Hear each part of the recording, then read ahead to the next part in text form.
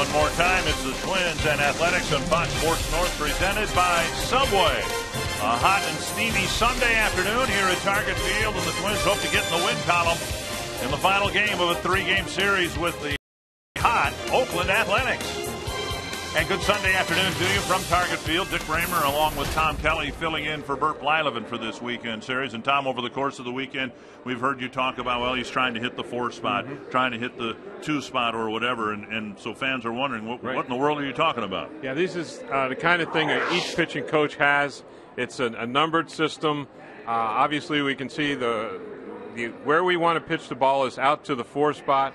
Most pitchers in the minor leagues very rarely hit the 4 spot. Until you learn to hit the 4 spot, which is down and away to right-hand hitters, you're not going to pitch in the big league. So you have to command that part of the plate, and then you learn how to pitch inside, and you learn how to pitch inside in the minor leagues, not at the major league level. So getting the ball out to the 4 spot is mandatory. No, Dunsing, they're getting up to the 6 spot, and he doesn't have overpowering stuff, so he needs to hit his spots. Yeah, he has to be pretty much perfect with his pitches. He's not overpowering, so he needs to find the outside part of the plate, the outside corner, the 4 spot, and then be able to come back inside and keep the hitters honest, keep him off the plate so he can go back out to the 4 spot. And then for a left-handed batter, the numbers are reversed, just right? Switch 1, it around. 2, 3, 4, 5, 6. Okay. Outside corner is always the 4 spot. Oh, okay.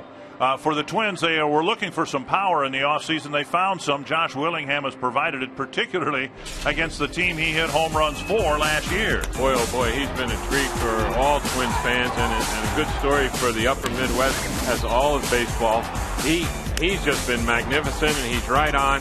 He's seeing the ball so well right now, and as we can see in our graphics and stuff, the video we're going to show later on, where his eyes and head are right down on the baseball. There's no movement, and he is zeroed in. A couple of other guys are zeroed in. They've got their eyes right down on the bat and the ball. Trevor Plouffe and Justin Morneau carrying long hitting streaks into this series finale. We'll see if they can extend those hitting streaks this afternoon.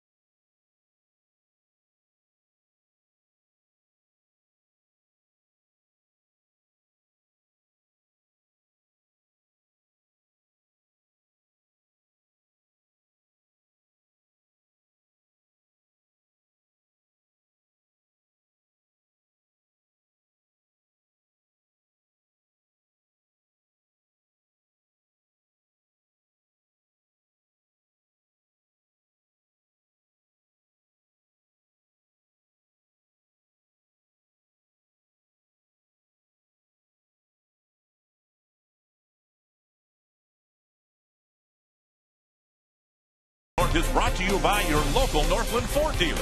Visit your local Northland Ford dealer or go to northlandford.com. And by Menards. Save big money on all your home improvement needs at Menards. The Twins are trying to pick up their first win since the All-Star break on a hot and steamy afternoon from Target Field. Hi again, everyone. I'm Marnie Gellner. In the first two games in this series against Oakland, the Twins have had some struggles in the field and on the base paths, but they've been able to rely all season long on their hitting, and this might be a chance today for the Twins to hit themselves to a win. They have a couple players with 12-game hitting streaks right now, Justin Morneau and Trevor Plouffe. Morneau's streak dates back to June 27th. He's hitting .320 in that span and has picked up some big hits off of left-handed pitching as well. It's his longest streak in 4 years. Trevor Plouffe continues to be one of the bright surprises for the Twins this season. His 12-game hitting streak is a career high. He's hitting .313 during that span. Those two players are 5th and 6th in the Twins lineup this afternoon, hoping to provide some support for Brian Duensing this afternoon. We'll have the first pitch for the Twins and the A's up next.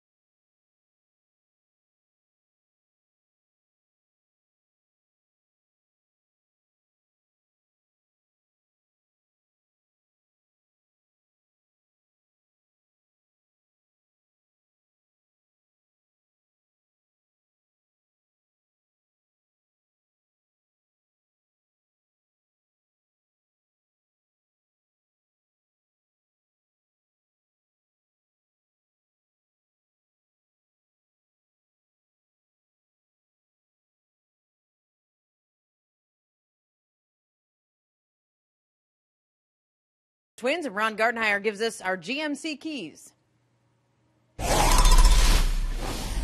Duensing's really good when he uses both sides of the plate in and out. Sets up his changeup if he's able to get the ball in the inner half of the plate. Sets up his changeup. If you see his velocity in his changeup, and it's down there in the low 80s, and then he's probably feeling pretty good with it. If it gets up there mid 80s, and he's overthrowing it. And when he starts overthrowing, everything flats out. Duensing is a starter today, but he's been both a starter and a reliever in his career. He's made 53 starts. He's come out of the pen 89 times, and you can see the numbers there. And the ERA, opponent batting average, this is the third time within the course of a season that Duensing has made the transition from being a bullpen guy to being a starter. And so far, Tom and Dick, he has done anything and everything the Twins have asked of him. Well, thank you, Marnie. He certainly has, and he's extended his time out on the mound in his starts. 3 innings to 4 innings. He was well on his way to going 5 or more, but then he took a line drive off his lower ankle against the Detroit Tigers. Alex Avila hit a smash, and that knocked him out of the game. And as painful as it was, the Twins and Brian Duensing caught a break because there was no break. Yeah, absolutely. That was a scary moment for any athlete, no matter what sport you play. Thank goodness nothing serious. The Menards batting order for the Oakland A's. Suddenly it's a batting order that's been very productive with a lot of power. Jemile Weeks, Johnny Gomes, Josh Reddick, Yoenis Cespedes, Chris Carter, Brandon Inge, Derek Norris, Seth Smith, and Brandon Hicks. And Dunsing hoping in his 4th start of the year to pick up his first win as a starter, hoping to do all the things you'd like a starting pitcher to do. Pitch effectively, pitch deep into the ball game, and give his team a good chance to win. I really think he's going to pitch good today, Richard. I think Brian's due to, let's say, blossom and give us a good, strong game. Give the home club a chance to get to the lead, and then go on from there. So the A's, the first time they came here to Target Field, seemed in disarray, at least offensively.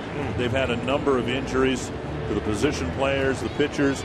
Bob Melvin and the crew persevered. They fought through that. Right now, they're the hottest team in the American League, and they're trying to increasingly become a factor in the American League West race.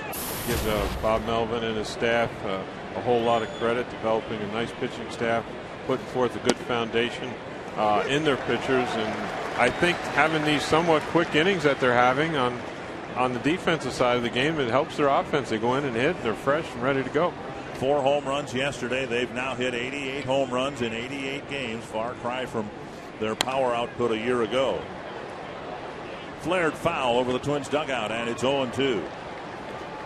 Good start ahead of the count. Brian's trying to keep the ball on the downside. We saw when the ball gets elevated last night what can happen. We're not interested in seeing any more of that this afternoon. So Weeks, Gomes, and Reddick. And up high with a fastball, 1-2. Hope it's not just a show-me type pitch and change the eye level. Now we're probably going to go back down to the outside part of the plate or the 4 spot.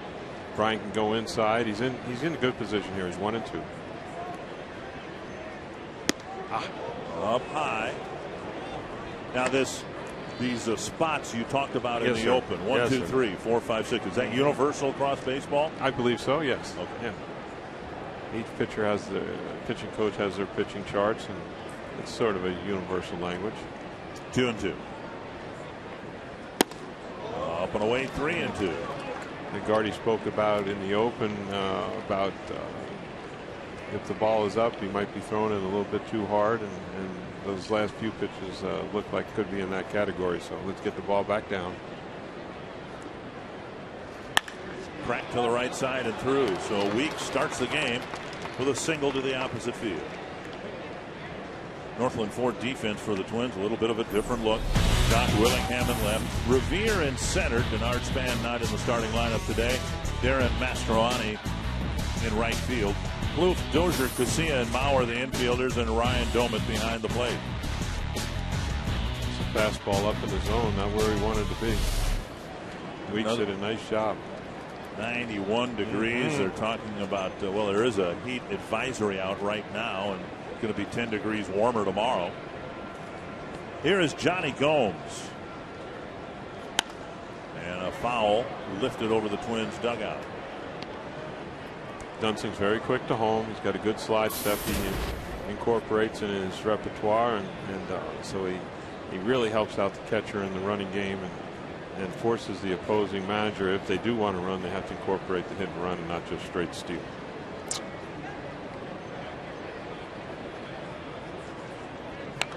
So Dunsing, as he did with Weeks, gets ahead 0-2. Never thought I'd see the day where Johnny Gomes would get second in somebody's line. Well, he swung the bat like a cleanup hitter here the other night. Absolutely. And, he gets paid to hit it over the fence, so it's quite unusual to see him in the second spot. But holding true to form as Bob Melvin and manager, keeping Reddick in the 3rd spot. Fastball wide of the plate. That's what we're looking for. Right down there, keep the ball down. Where the first hitter, Weeks, Brian was up in the zone. This is much better pitch. And obviously that Ryan Doumit wanted the pitch on the inside part, and Brian left it on the outside. That's why it was called a ball.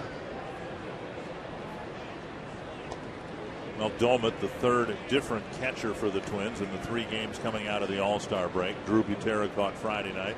Joe Mauer last night. Now Mauer, the first baseman, and Domit, the catcher. Find that winning combination is what we're looking for. 1-2.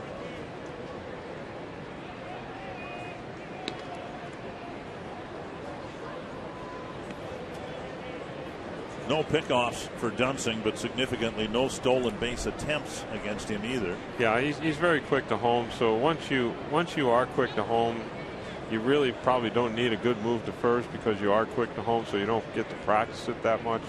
So it's sort of becomes a moot point.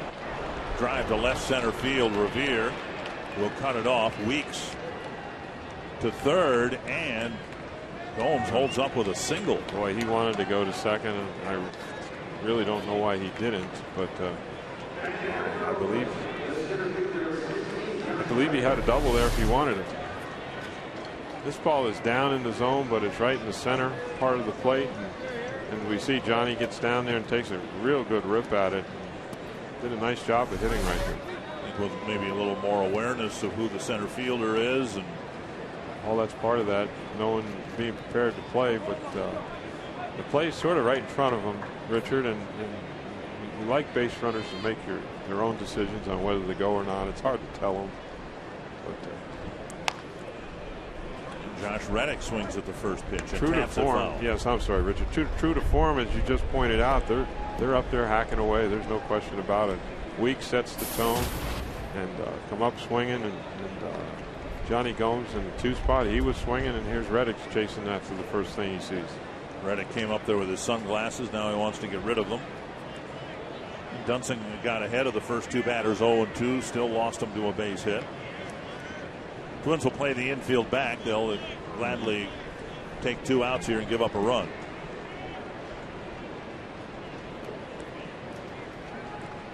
Two outs always are important, especially in the beginning of the ball game. You give them the 1 run, but let's hold it at that. A little pop up, it'll reach the seats, and again it's 0-2. Brian's been here before now, and the first 2 hitters had 2 strikes and hasn't been able to put them away. Here's Reddick after a very poor swing on that last one. Let's see if we can maybe get a strikeout. And then how about the 6-4-3? Okay. How's that sound? Maybe 5-4-3.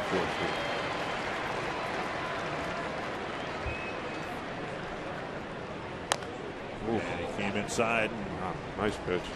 Reddick got a piece of it. The numbers are starting to spread out again for Dunsing. Effectiveness against left-handed batters, correct. Effectiveness against right-handers. It's quite a big disparity, Richard. The righties are doing pretty good against Brian, and the lefties are having a harder time, but the righties are looking pretty comfortable. 2 strikes again to Reddick. And again, he gets a piece of it. Left-handers hitting just 182 against Dunsing, and right-handed batters hitting 296. So a couple of base hits from right-handed batters, and now Reddick, a lefty, up there trying to fight to keep his head above water in this at bat. He's just fighting to get it in play somewhere. He doesn't want to strike out. He wants to put it in play, at least move the runners, and obviously stay out of a double play, but he wants to make sure he can get the runner in for third. Fastball up and away. Dunsing's thrown 46 innings, and he's gotten 6 ground ball double plays, most of those, of course, as a relief pitcher.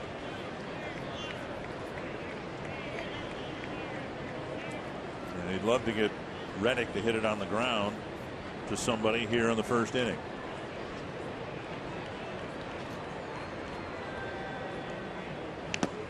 And Domit can't quite hang on. Another foul tip.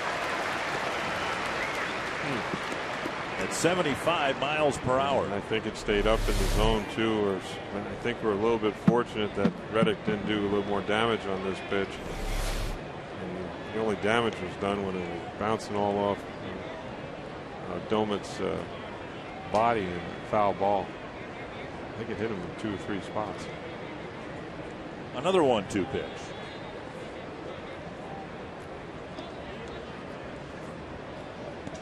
I can't think Johnny Gomes would be running. Do you, Richard? I wouldn't think so. left-hand hitter. We can leave the hole open over there. 2 stolen bases for Johnny, though. 1 caught stealing. Maybe if the count gets to 3-2.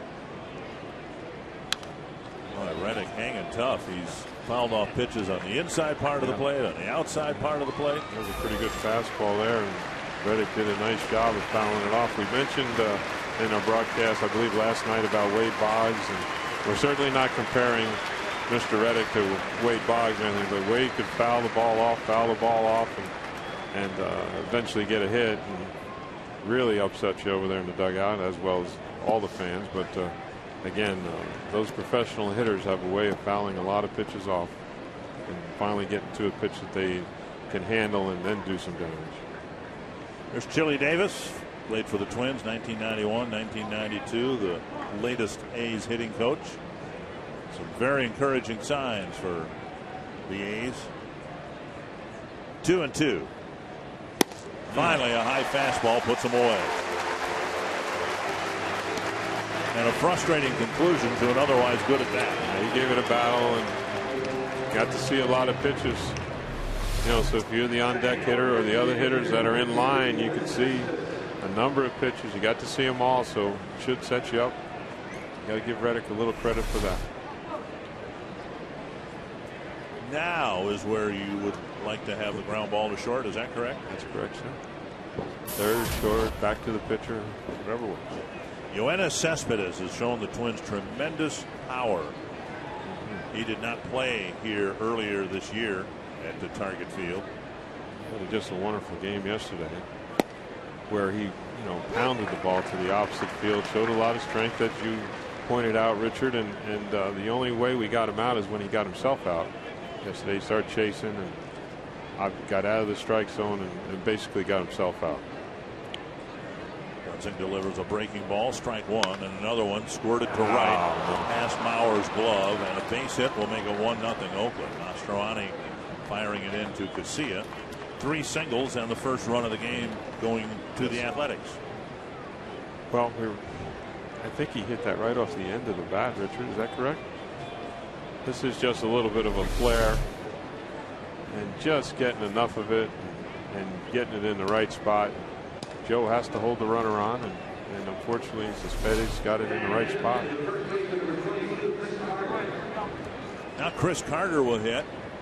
Some of our better pitches that we've thrown from our pitchers. Swarzak yesterday threw a couple pitches that were real good pitches that got hit, and this was another real good pitch by Dunsing that's down and away, just where you sort of want to throw it, and Cespedes just got enough of it. So things are definitely rolling here for the A's. Carter takes outside, ball 1. Another right-handed batter, and so far today they're 3 for 3 against Dunsing.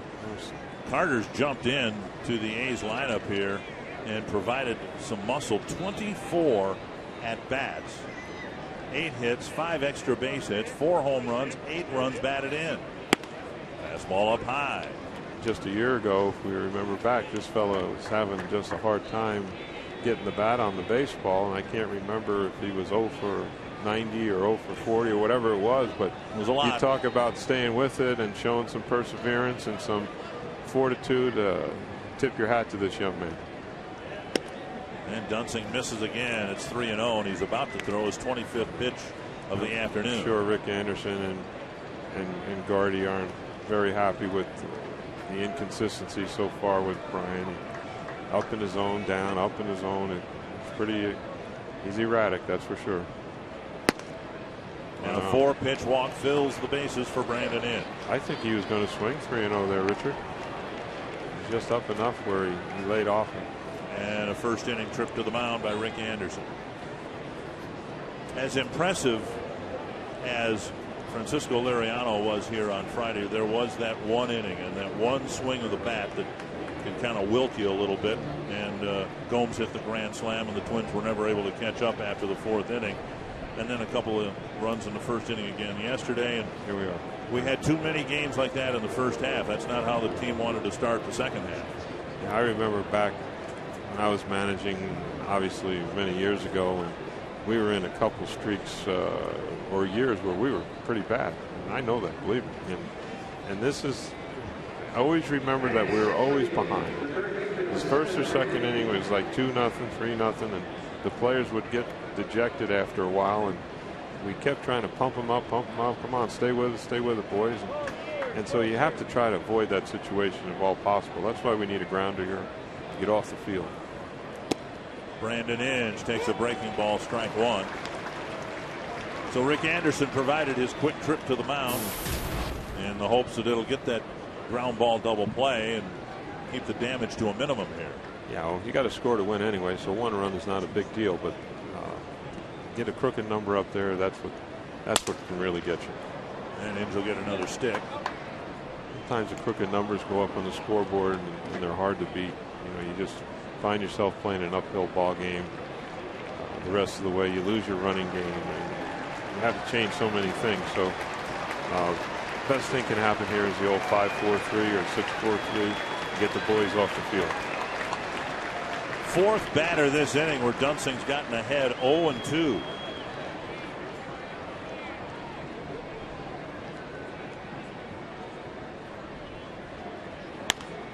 And off the knuckles, out of play. Well, it's a nice fastball right on the inside part of the plate. Real good pitch by Brian. And again, here's a veteran hitter in Inge.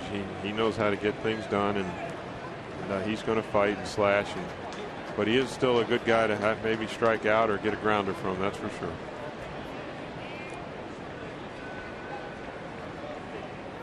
There's the strikeout, out number 2.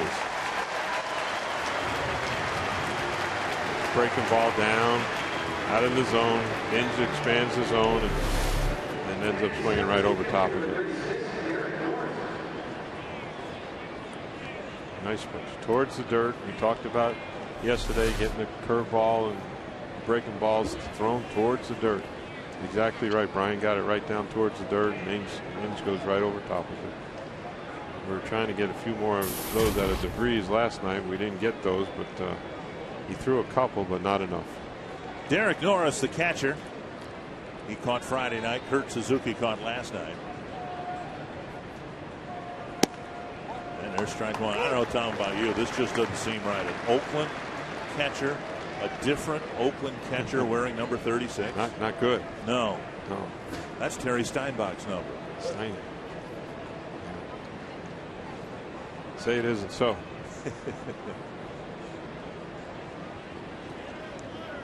One strike. Steiny was with Oakland. We could count on him coming into the Metrodome and banging at least one ball off the baggie every series he played. At least one, if not more. Terry comes down to spring training to help the Twins catchers for a week or two in March. Nice job, too. He puts them through their paces, throws batting practice, throws a lot of balls in the dirt, gets guys set up, moving, feet moving. Does a lot of him and Stelly do just a wonderful job with our catcher. One strike to Norris. Just it was. Thank you.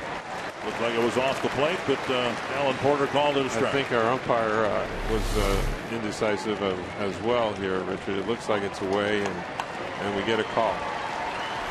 The umpire realizes it's 91 degrees, and you got to think about getting things moving along here a little bit. 32nd pitch of the inning coming as Dunsing gets ahead of another batter, 0-2. Towards the dirt. Above the belt barely. Well, he probably made up for the one he called before, so you have to remember he's got to live with this guy back here all day. So sometimes these catchers, what they call the union back there, occasionally they get a pitch here and there. 1-2 to Norris. Nice block by Domet. Norris was able to check his swing. Wonderful job here. Textbook by Ryan. Going to show you how to block the baseball for your young catchers. Down to the knees. Boom. Get the arm hanging. You saw the little tap of the glove in the dirt. Anticipating for the ball to be down, and Brian accommodated it, and we almost got him to chase. Not quite. 2-2. Nice pitch. Dunsing wants to make it happen and get his team off the field on this pitch. 3-2. This is the kind of thing that catchers do. They want the ball down. They've been fighting with their pitcher to get the ball down. A little bit more of a reminder. Tap the ground. Remind the pitcher, come on, get it down here now. Let's see if we can get him to chase one. Don't be afraid. I'll block it. That's what Ryan did. Wonderful job. Full count with the bases full. 2 gone in the first. And Dunston lost him. So another batter reaches after Dunston got ahead of him 0-2. A bases loaded walk, 2-0. Now, this isn't the Brian Dunston we're accustomed to seeing, Richard. We've seen Dunston throw a lot of strikes and put the ball in play. And the walks were never an issue for Brian. For some reason, he's got 2 this inning, and it's really hurt him.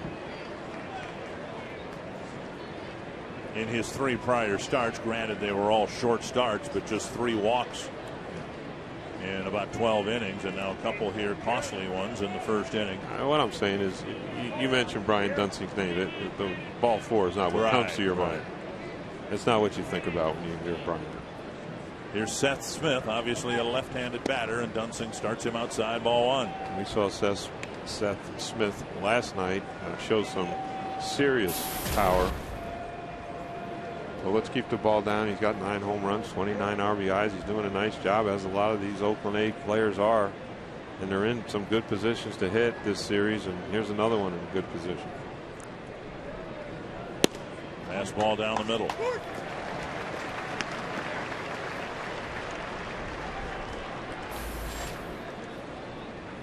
A long first inning. You'd like to have 2 innings completed by the time you throw your 38th pitch. That's correct. A's have won 8 of their last 9, already in front here, 2-0. There's that high breaking. Tried to hit one out by the flagpole. It's just that high hanger there, Dick. We're lucky that one really didn't come down at all. It just stayed up there. If it comes down just a little bit, it's probably going to go a long way, but it stayed up high enough where it just fouled it off. But, you know, Dunston's been stretched out. He's threw 80-some pitches, I believe, last time or the time before. I don't think pitch count is any kind of issue for Brian. So, but we do need him to get into the game. But we do need him to get this guy out. 1-2 to Smith. Foul back. They're just having. Well, I guess the swing and a miss by Reddick on the high fastball. That might be the only swing and a miss in this inning. And Inge missed the breaking ball that was down towards the dirt, which was an excellent pitch. But you're correct. There hasn't been many misses. Well, there's no question the A's are feeling good about themselves, and give Weeks a little credit for getting them off on the right foot, getting a good start, getting on base, and Johnny Gomes coming up and doing some damage makes everybody feel a lot better. That's for sure. We're just one good pitch away getting off the field 2-zip. That's not too bad. We can go on from there. 1-2. Little pop up, but it's going to come back and get into the seats. Fastball, it's up and in. Fortunately for us, Mr. Smith is swinging away up there, and he wants to drive the runs in. So it looks like thou shalt not pass. It's going to be the theme here. He looks like he's going to be swinging. So let's try to expand the zone just a touch more. See if we can get him to chase, get the boys off the field.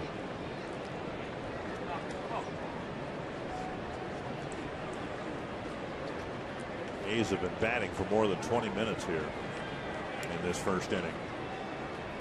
His defense needs to keep sharp. Stay on your toes, ready to play. Dunston with a long look in at Domet. Smith got tired of all that. He got time and stepped out of the box. I'll tell you who else gets tired of all that is the players on the field. Come on, let's go. Throw that strike. 1-2. Excuse me. Tapper right side. Casilla. Tomorrow, that ends a very long first inning for Brian Dunston. 41 pitches worth, and it's 2-0 Oakland.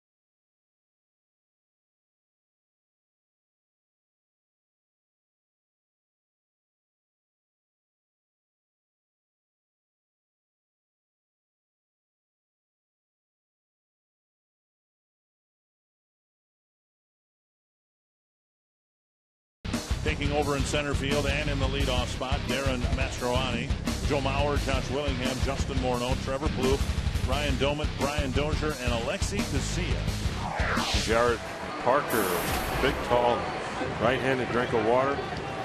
5-4, 2.86, 14 games started, 85 innings, 65 hits. Here's the number that bothers me a little bit: 41 walks, a little bit out of the strike zone, 67 strikeouts. Revere takes strike one. But overall, pretty good. Not bad. A's keep churning out good young arms. Excellent They job. have needed to do that because they have not kept many of those young arms around for very long. Little fly ball to left, and Gomes in fair territory makes the catch. We'll check out the A's in the field. Gomes already with a foot out. He's joined in the outfield by Reddick in center. Coco Crisp has a sore shoulder, injured it in a swing Friday night, so he's not in the lineup. Seth Smith in right. Inge, Hicks, Weeks, Carter the infielders, and Derek Norris behind the plate. One down in the first, and here's Darren Mastroianni. I think Reddick needs to have his running shoes on this evening, or this afternoon. But I don't think Mr. Smith and Mr. Gomes over there on the left are too swift of foot. So hit him in the gaps. Mr. Reddick is he's gonna stay loose, that's for sure. 1-0 to Mastroianni. Down low 2-0. Reddick showing excellent speed in center field, running some balls down already this series. And what an addition he's made to the Oakland A's lineup.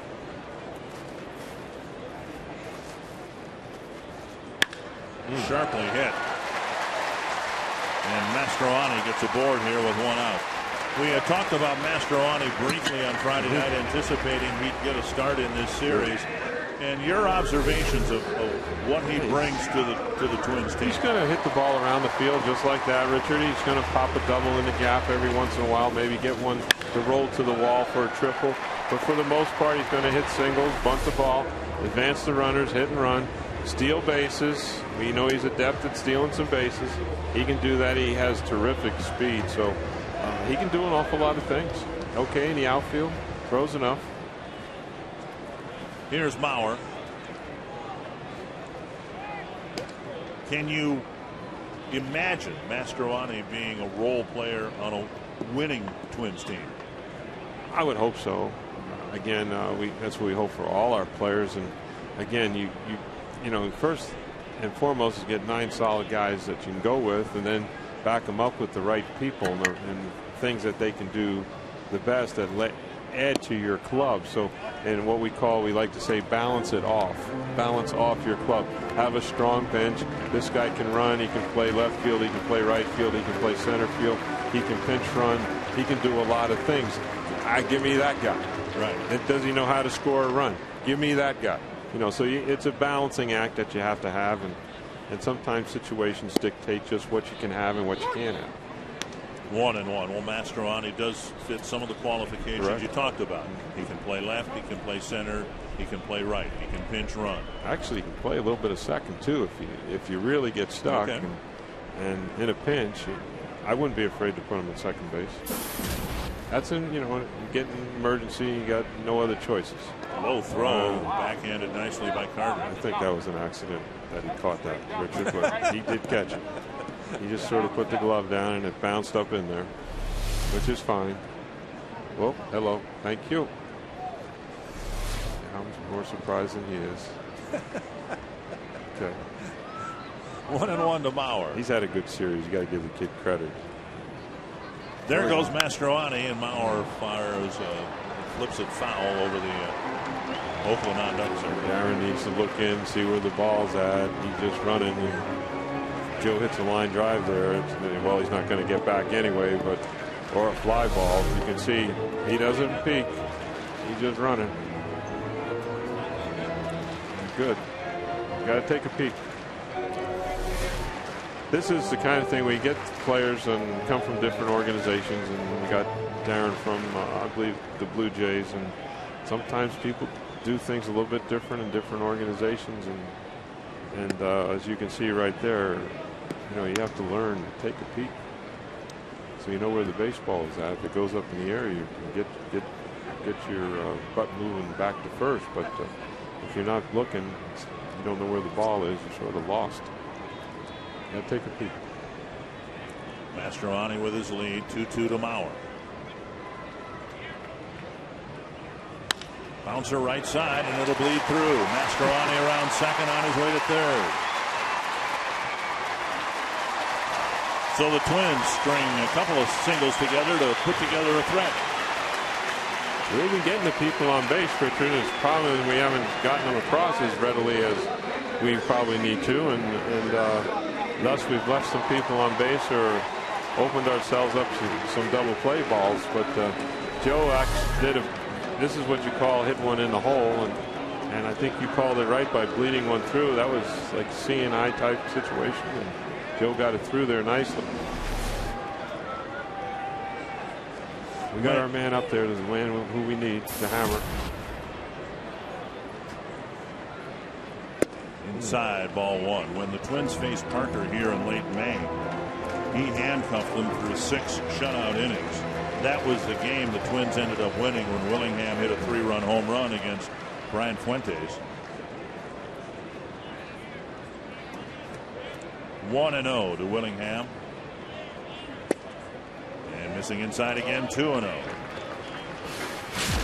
And in this series, Willingham has continued to mash against the A's. Well, you young players out there, there it is. Head down, eyes down, good solid contact, good extension. There it is right there. Take a picture of it and see if you can emulate what Josh can do, because he's certainly on fire right now. Right back to the mound. And a low throw, bobbled at second. Everybody safe. This is terrible. Wow. So the Twins get a run with Mastroianni scoring on what should have been an inning-ending double play. Well, we'll take the gift. We need a gift. And this is just a terrible play by the pitcher. Little ground ball right back to him. Easy double play. And you can see him look towards home. Oh, now I'm going to throw it. And let me throw that sinker down there. And this is what you can see the experience of a shortstop trying to do too much. He's already looking up in the air. He didn't catch the ball. And he did this the other day as well. Mr. Hicks, he had his head up and made an error on the ground ball. He just doesn't seem like he wants to keep his head down. You keep your head down in there and see the baseball. You have to keep your chin down if you're going to catch the baseball if you're an infielder. If you keep picking it up, you're going to miss a lot of plays. Twins have lost 6 of the last 7 games, and throughout, whenever they have made a mistake in the field, the Twins, the other team, capitalized.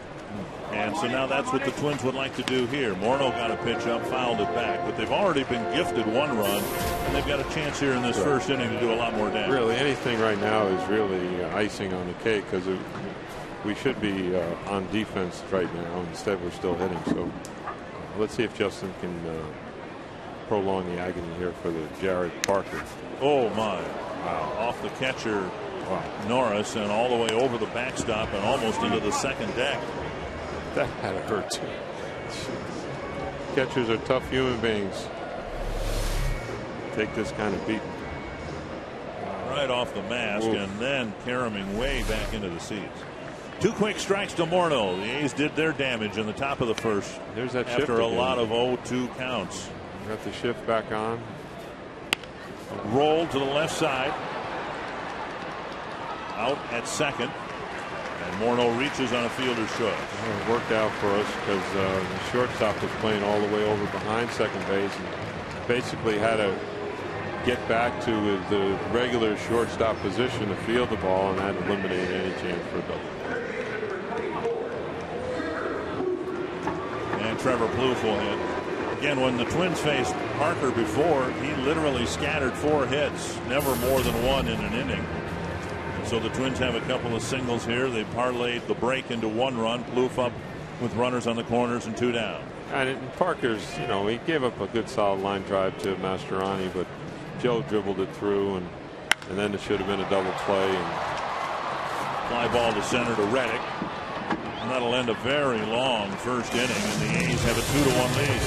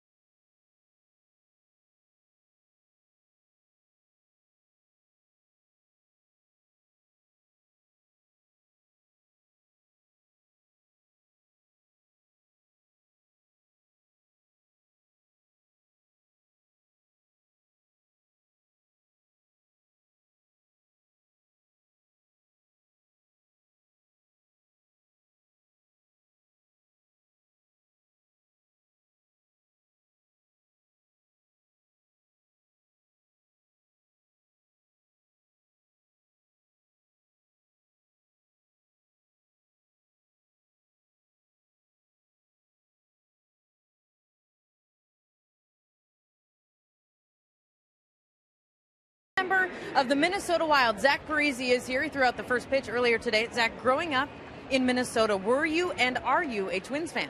Yes, I am. I was. But once you go out east, you're kind of forced to be. Everything's just consumed by the Yankees. But I was always a Twins fan, and watching them when I was out there, they always playing the Yankees in the playoffs. It was great. Yeah, we know. Today, it is widely known that what pushed you over the edge to sign with the Wild was Ron Gardenhire and Joe Mauer making videos, helping recruit you. And Gardy said he'd give you $5 if you came. Did he make good on that today? He did. I got the $5 in my pocket. But for me, that was really cool to see something like that with Gardy and Joe Mauer.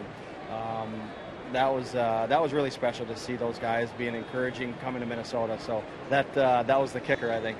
Of course. And you threw out the first pitch today. It was a dead strike. Did you play some baseball in your day? I did, but I was never a pitcher. I was a catcher. So I was really nervous going up there. But we were practicing a little bit last night, and it worked out good. You had to practice for the first pitch. I was nervous. Hope you're having fun today. Thanks for joining us. Yep, thank you. Dick, that is Zach Parise, new member of the Minnesota Wild. Very glad to have him back in Minnesota and at the ballpark.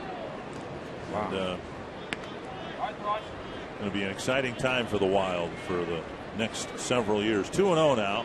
I'm glad to hear he practiced on the first pitch, because that tells you that he's a practice player. He's going to practice and get better and want to be better. Pretty good. 3-0, a couple close pitches to Weeks. Dunsing did get his first out here in the second inning on a second pitch of the inning.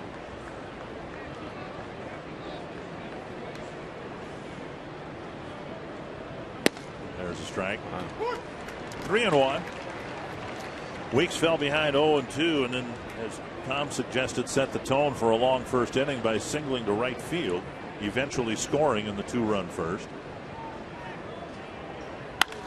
Bouncer to second, off the glove of Casilla, and it'll roll into center field. All right, so before the game, Zach Parise throwing out the first pitch, getting a handshake after getting the $5 from Ron Gardenhire. Justin Morneau, of course, since this is basically a hockey story, Justin caught the ceremonial first pitch.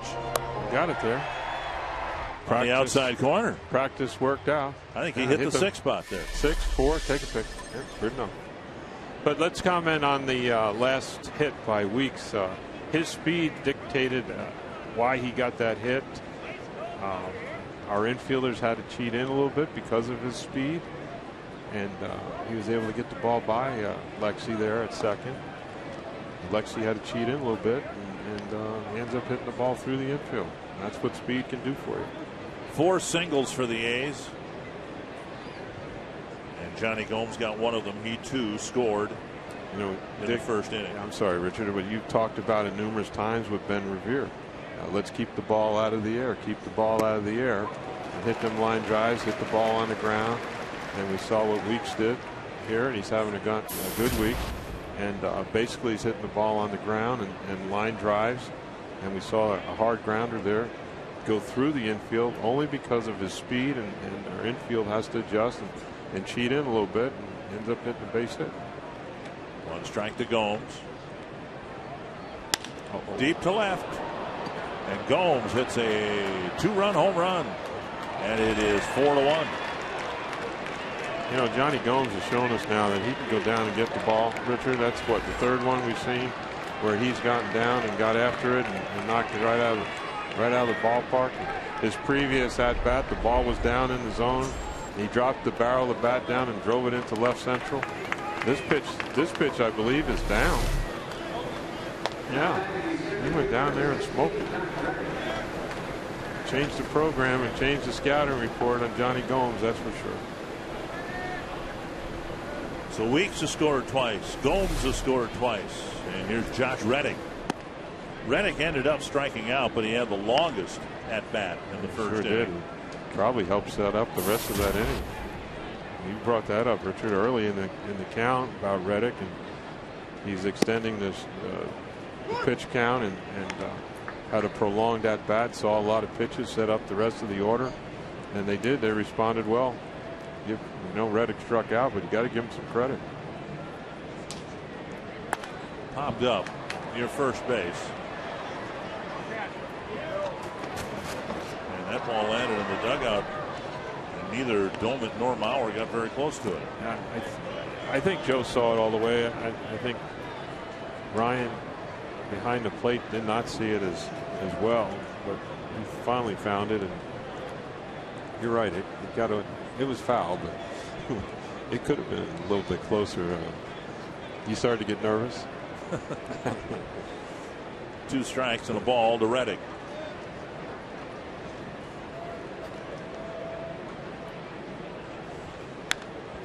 And Reddick, as he did in his first at bat, fouling off another 2-strike pitch. You know, I don't know whether it is a coincidence or not, but the A's really started scoring some more runs and driving the ball as soon as they got themselves out from under the Manny Ramirez cloud. There's a dribbler you up think the so? line. That was a. Well, I say again, I'm not up here trying to connect dots, but I mean, I remember talking with Chili Davis the first time they came through here. We were talking about Manny Ramirez, and he said the bad thing is if they call him up, it's going to cost somebody, one of these young guys, a job. Absolutely. Not Reddick, because he was going to be playing regardless. Somebody. But somebody would have to go down that had spent an awful lot of time and trying to pay attention to what's going on here and get better. Boy, that's a nice swing right there. This ball is on the inside part of the plate, running in on him, and he turned on it nicely. Any young folks out there, watch this now. He's going to make this is a boom, pull the hands in, and just get the bat head going and get it out in front. Just a little bit too much on the pull side, but terrific swing. Wow. Sharply hit, 1 hop. Dozier has it. Reddick retired out number 2. Before Cespedes comes to the plate, you can join Minnesota sports celebrities, including Fox Sports North broadcasters, as they trade in their uniforms, their coats and ties for aprons in honor of the boys and girls clubs of the Twin Cities. The Celebrity Waiter event comes up 2 weeks from today, starting at 6 at the Capitol Grill in Minneapolis. For more information, visit foxsportsnorth.com. Click on the upcoming events banner. Again, this year it'll be my pleasure to MC that event. Great food for a great cause. And, you know, if things break right for you, you can be served your dinner by Kevin Gord. Oh, might have to send it back. I wouldn't want that man walking up with that mug, would you? Well, dinner.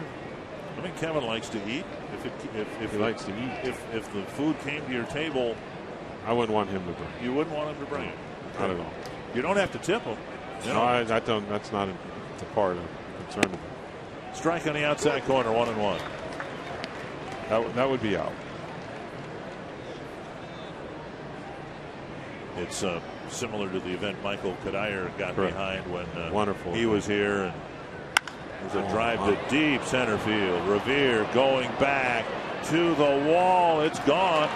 Cespedes has shown us power to right field and now power to straightaway center. This is just a hanger, Dick. I don't need to see any replay to tell you that. This is a hanger, and it's Cespedes. Boy, he deposited. He's a strong young man. Center field, right field, no issues. So it's 5-1. A couple of home runs. This ball is just up in the zone, just hanging up there, not doing too much, and he put the hammer to it. That's a real strong looking swing. So here's Chris Carter. Down low, ball 1.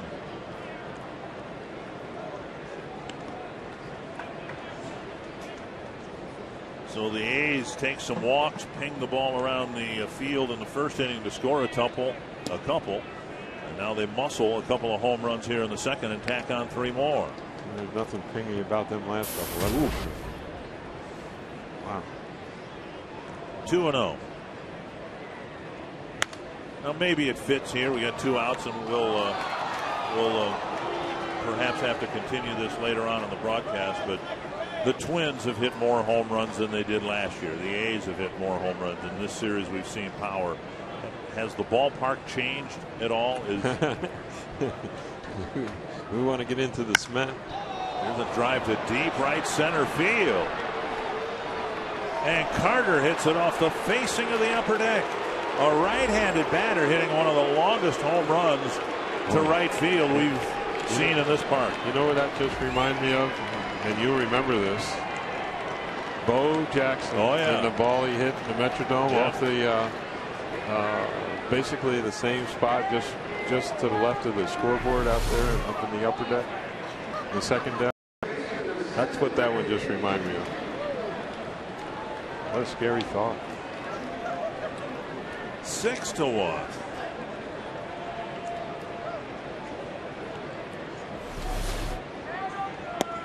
Breaking ball over, strike one.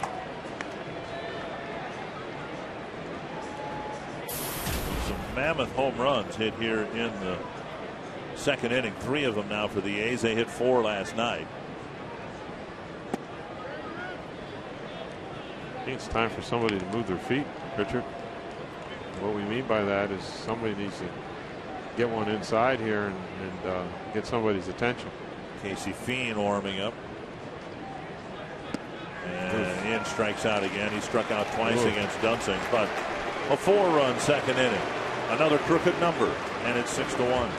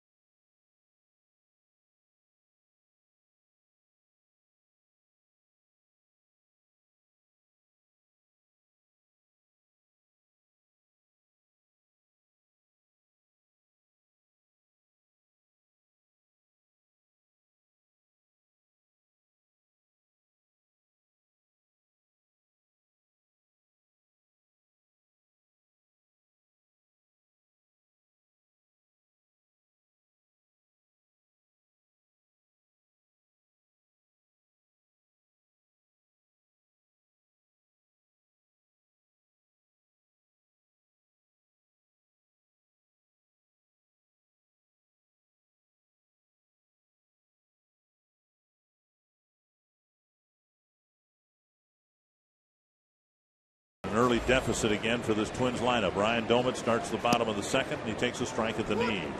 It's so important now, Richard, with the score the way it is and the amount of time we spent in the field to try to have the best quality at bat you can possibly have.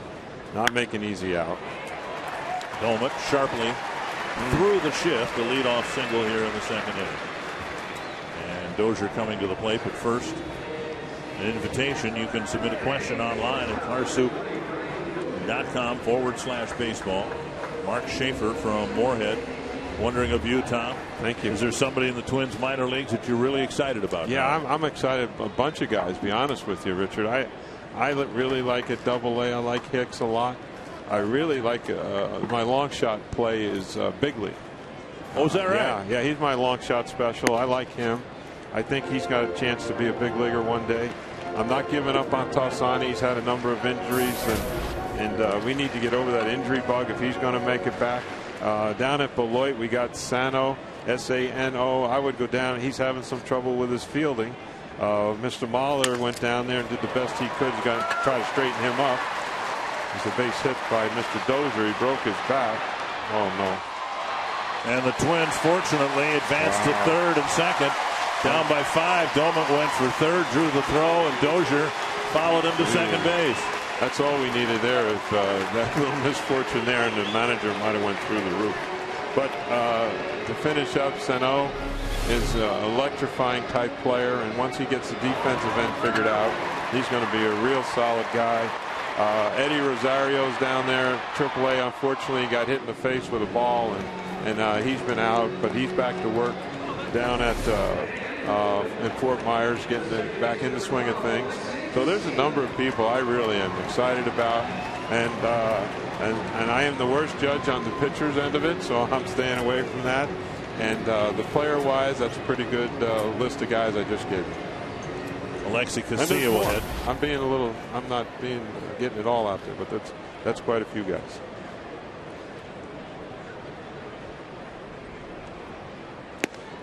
The Bigley you talked about is outfielder Evan Bigley. Correct. Right-hand hitter. About 5'10", 5'11". They have him listed here at 6 foot 211. That 6 foot's a little generous. 1-0 to Casilla, and a hit to the outfield here might score a couple and begin the long road back. He's got an adult swing. He swings like an adult. And, Bigley does, right. And he can drive the ball. I think he's a real good outfielder. I think he throws excellent throwing arm, and I think he's got a chance. He can steal a base, and I believe he has a chance. Now he's run into a few what we call bumps in the road, where for a couple of weeks, he'll forget what he's doing and go from hitting 310 to 278, and you wonder why. There's a drive to center. Dozier will scamper to third, and he'll advance. Doumit will score, and Casilla on a sacrifice fly makes it 6-2. So the Twins answer with at least one. Have another runner at third with one away. Got a good chance to get this run in and cut this, get it to half anyway, Richard. That'd be a good inning for us. And back to the top of the order, and Ben Revere. I want to throw a name out to you, and it's been just a disastrous year for him. And that's Joe Benson. He's way down in Class A ball now, and he's just starting to come back after the hamate bone surgery. But he was with the Twins in September, put together a decent year last year. Things just didn't break right for him all year long. Sent from AAA to AA. Now he's down in Class A ball. Getting it back together and getting back in shape, playing shape. And I believe he's going to be moving back to AA here, I think tomorrow. Okay. I'm pretty sure. I don't want to get over my skis here, but I believe he's going back tomorrow. I just saw yesterday he got a couple of hits down for Fort Myers. So. Yes, sir. Yeah, he's just getting his legs back underneath him and get to playing again. And I'm sure he feels a lot better about himself, getting his hamate fixed, and he's got to give him a little more confidence when he walks up to the plate, and feeling that nothing hurts and he can go about his business. So hopefully he can have a big second half here. Because he's still a guy that's out there that can be a player for us in the future, but he's sort of has had a lost year so far. 1-2 to Revere. A's are conceding a run here if it's hit on the ground just about anywhere. But Revere strikes out for out number 2. Yeah, that's not good. Ben needed to hit any kind of ground ball there, as long as it wasn't at the pitcher, and he would have got the run in, get an RBI. So these are the kind of things that Joe Vavra is going to work on and remind him about. Just get the ball in play. And you can see that was a real nice sinker by Parker, and a real tough pitch to hit. And that's what we talked about. We talked about Reddick hitting before and fouling some balls off and being protect the plate, hang in there, get another pitch, and something that Ben did not do that time. But Ben's been having a super year for us, and unfortunately, when things go a little bit bad for your ball club, these kind of things happen. So when things go good, Ben puts it in play and gets the run in. But unfortunately, right now we're not in the best mode, and things aren't going our way. So again, Ben's going to be a wonderful player for the Twins in the future, and I'm sure he wishes he had that at bat back, and he would certainly get the run in. Twins need a pick-me-up from Mastroianni. Swings and misses 1-1. Mastroianni with a sharp single to left and a run scored in the first. Yeah, that was that sharp little slider cutter that Parker can throw, and it's a nice pitch for him. And I'm sure he's not going to throw that fastball right down the middle as he did last time. to Mastroeni because he smoked it.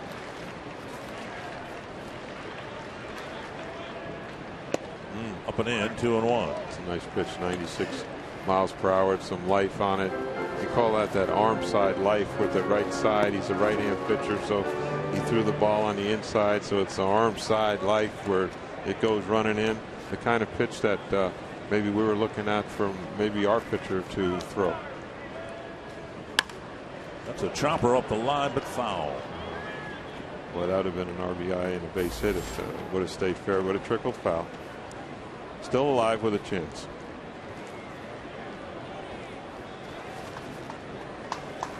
Twins got a run on the first. The A's gave it to them on the throwing error by Parker. And a couple of singles and a great opportunity to get at least a pair. You know, Parker got that strikeout of Revere, and I'm sure in his mind he thought, well, I'm going to give up another run here, and he ends up striking Revere out, and now I think he smells blood, and he can get out of this inning with only giving up one run when he probably should have given up at least two. Foul tip. That's pretty good. And Norris hangs on, and the Twins get one in the second. It's 6-2.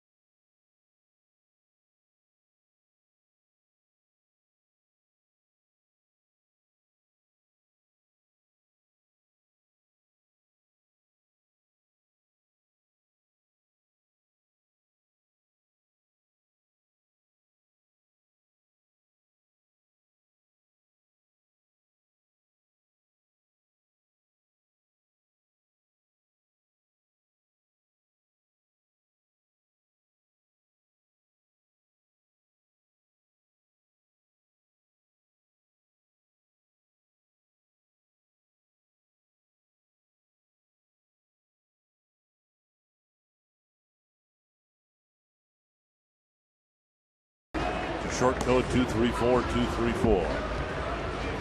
With the notion of things to come, Josh Willingham leading the voting. Twins have some coming back to do. They find themselves down again here by plenty, and Casey Fien has come out of the Twins bullpen to pitch to the A's in the third inning. Casey Fien with his third Twins appearance.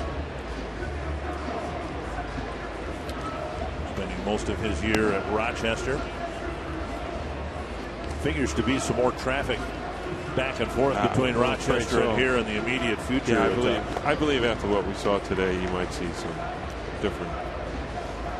something different in the rotation. Nick Blackburn has done well. He pitched well yesterday for the Red Wings. Yes, he did. 7 solid innings, I believe it was. And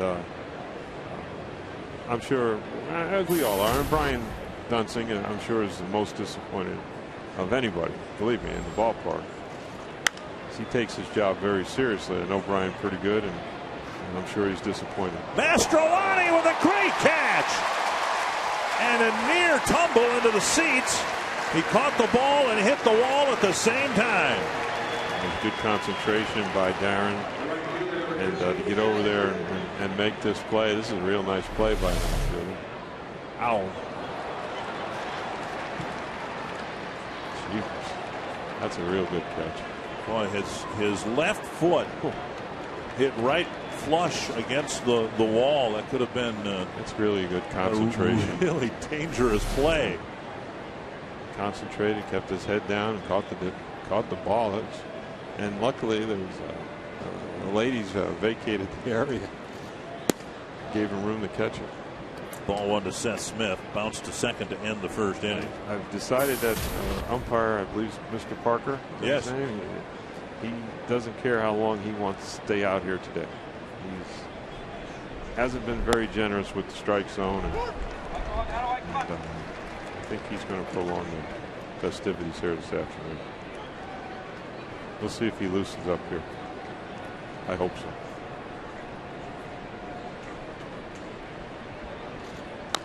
We're in minor league camp each spring, and always get a bunch of young umpires in the minor leagues, and I remind them every day to make sure they loosen their right arm up before they walk out there. You know, it's only 89 degrees, and the wind's blowing, and you know, people are at 1 o'clock, 2 o'clock, 3 o'clock in the afternoon. Things get a little dry, and the fields are drying out, and the worst thing is that umpires show up and not call strikes. So I always ask them to make sure they loosen up their right arm before they walk out here, and they chuckle and laugh and then do what they do. And some call strikes, some don't. But it's the one remedy for moving the game along is for an umpire to call strikes. Foul away. Now you managed how many years in the minor leagues? 1, 2, 3, 4, and then 3 instructional leagues. Okay. 4 and 3. Now, you managed, I suspect, certainly not knowing what was going to happen, that you'd be a coach for a long time, then a manager for a long time in the big leagues. Was it enjoyable enough for you to have kept doing that, managing in the minor leagues? Well, yeah, that was a lot of fun. You had a drive to right. Mastroianni cuts it off, out number 2.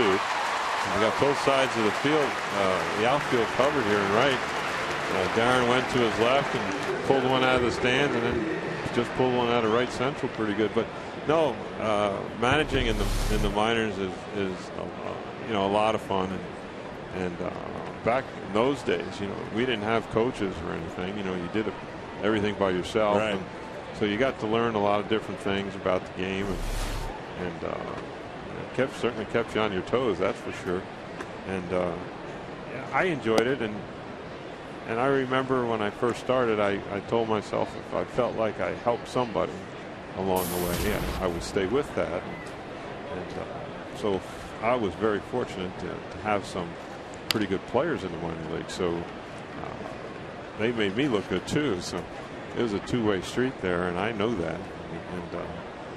But you always got, probably out of your 23, 24 guys you have on your team, you always have 2, 3, 4, 5 guys that got a chance to make it to the big leagues. And so you really got to devote your energies to those fellows and keep the other ones happy as well. So without ignoring them. So it's a challenging job, but it's an awful lot of fun, especially when they do move up and advance to a higher league. And watching them advance is what you're supposed to do, is put them in, get them prepared to play. If you're in AA, get them prepared for AAA, and thus get them ready for the big leagues. But it's a fun job. It really is.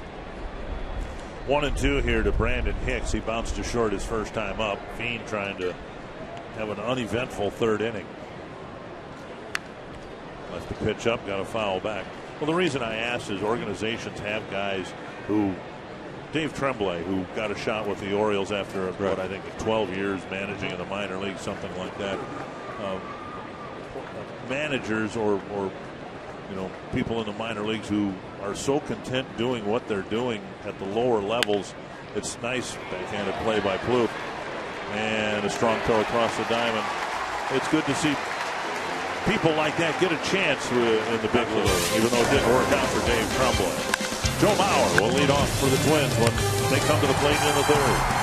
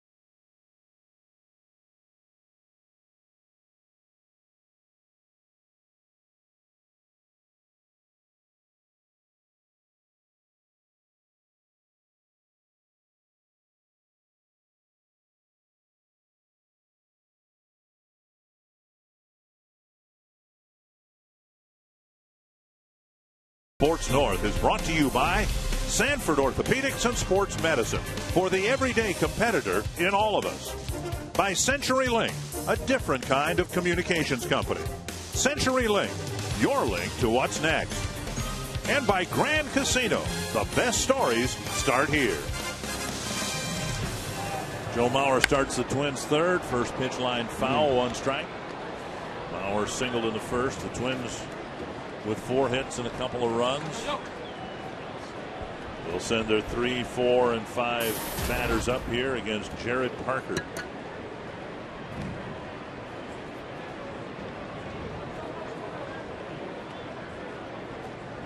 Slow breaking ball hits the corner. So we've seen the fastball, we've seen the changeup, and a couple of those, slower breaking balls. And that's the back, what you call the backdoor breaking ball, trying to get the hitter to quit on the pitch and have it drop off on the backside of the plate or the outside part of the plate. Pass along. Happy 65th wedding anniversary. That's pretty good. Marvin and Eleanor Mickelson. That's impressive. It's a good day. Today is the day. They're going to come out here to Target Field during the Baltimore series. 1-2. And another foul off the bat of Mauer. We talked about earlier in the professional hitters being able to foul off the tough pitches. Foul them off, hang in there. Get you another pitch to swing at. No easy outs. 1-2. Lifted to left. That's Gomes with the catch. 1 away. Let's go to Marnie Gellner. Dick, last half inning, you and TK were talking about Tom's managerial career, and he's influenced a lot of people, including bench coach for the Oakland A's, Chip Hale, another former Twin. Chip told me that everything he does now in pro baseball is based on what TK taught him throughout the years. He said he thinks TK's biggest strength is finding someone a role. He said he'd find your spot to be successful and you could flourish. And I asked Chip if he ever got any advice for TK, and he said, yep. He told me to relax and don't screw this thing up. There you go. Chip, he's a good guy, and I appreciate that, Marnie. And he's one of those blue collar hard working guys you root for. You can't help but not root for. Put his nose down in there and get after it, and enjoyed having Chip. He got some big hits for us over the years. Did a nice job. You know what helped Chip Hale the most get to the big leagues? Expansion.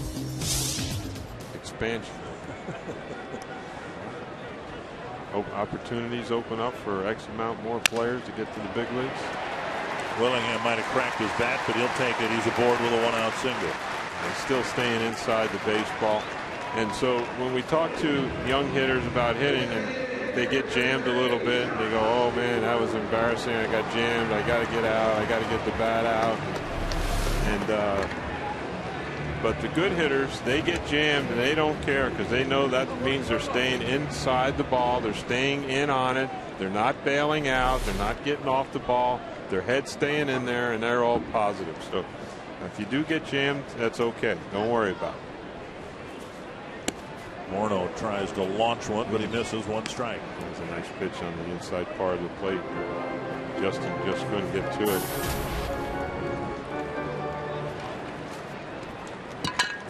Morneau reaching on a fielder's choice, hoping to extend his hitting streak. Hoping to hit home run number 12. Swing and a miss. Gardy talked about earlier about Dunsing using both sides of the plate and to be successful. And we see Mr. Parker out there just doing just that. What Gardy mentioned about throwing the ball inside, outside, changing speeds, trying to keep the hitters off balance. Done a wonderful job. 1-2. That's his little changeup that he throws. It's about 83, 84 miles an hour.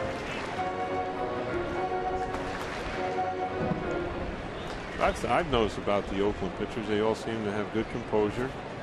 They don't seem to get overly excited about what's going on the field, and kept control of their emotions pretty good, especially the starters.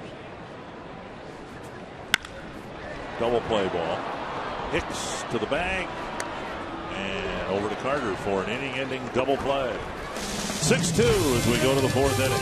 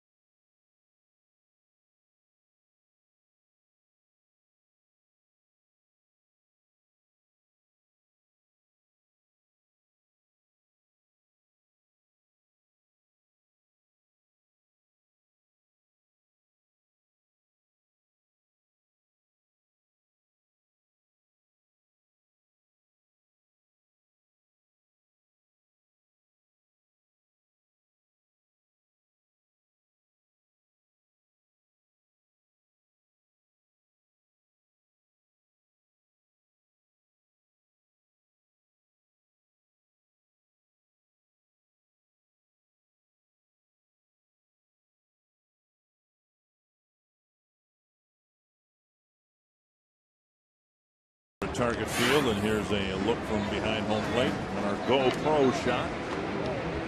2 in the first, 4 in the second, an early exit for Brian Dunsing and Casey Fien. At a 1-2-3 third, he'll go after the A's here in the fourth inning. And Dunsing can just sit and watch. He got through the first inning, gave up a couple of runs, but threw 41 pitches and didn't have much left in the second inning. Gave up 3 home run balls. Weeks will lead things off here in the fourth. Strike on the outside corner.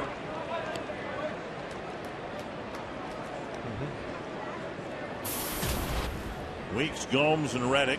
Weeks has singled twice, scored twice. Having a good day.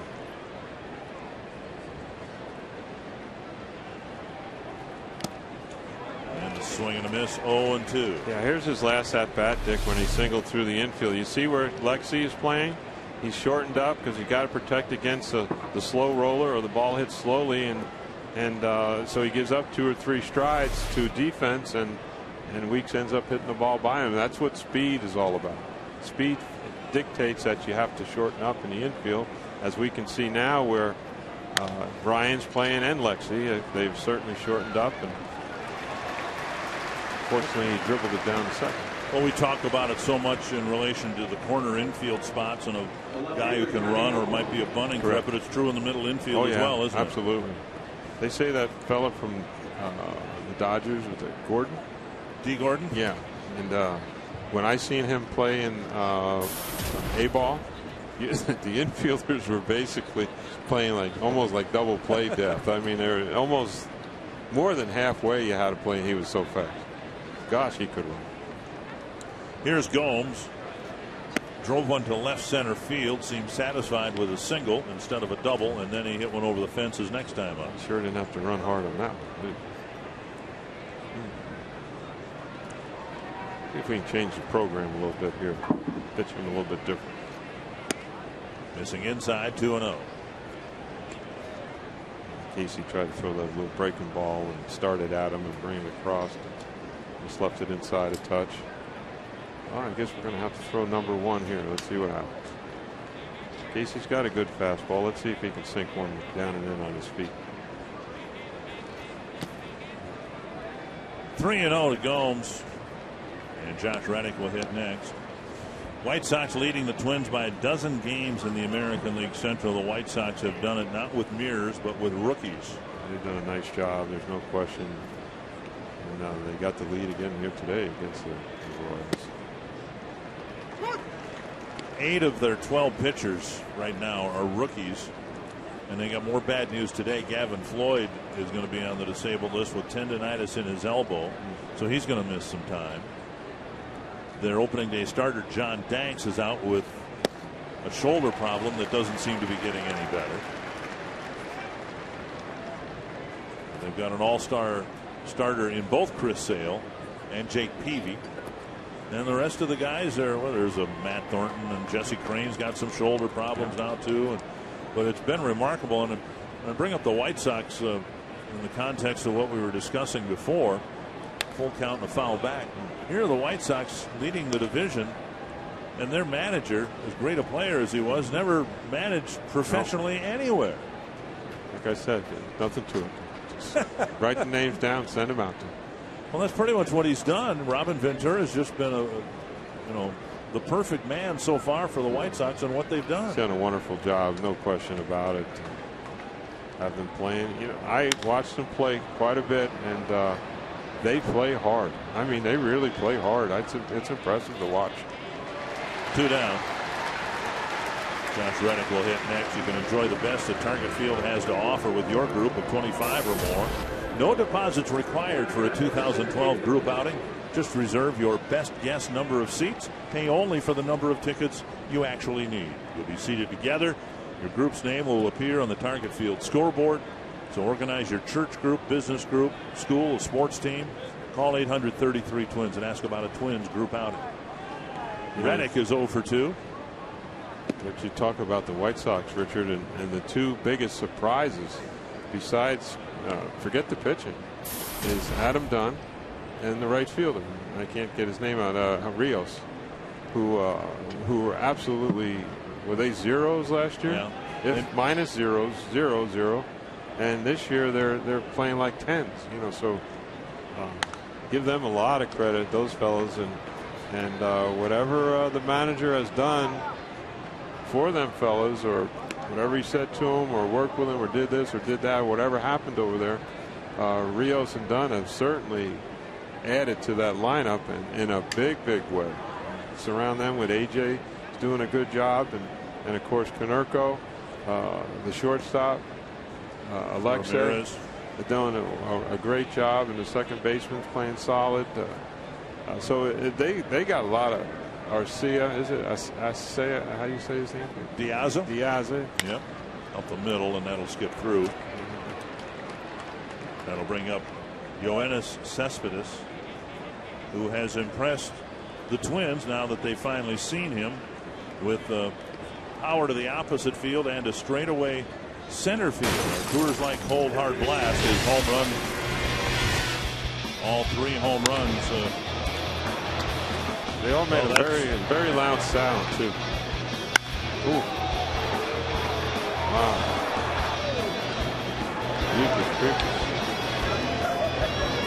Really didn't want to see that. Here's Cespedes, who hit the home run to center in the second inning. If anybody deserved a hit for the A's today, it was the Reddick fella. He's had a couple good at bats, and good play by Dozier. Stayed with it. Might have gotten hit in the chest with the ground ball. But it's a scoreless 4th inning.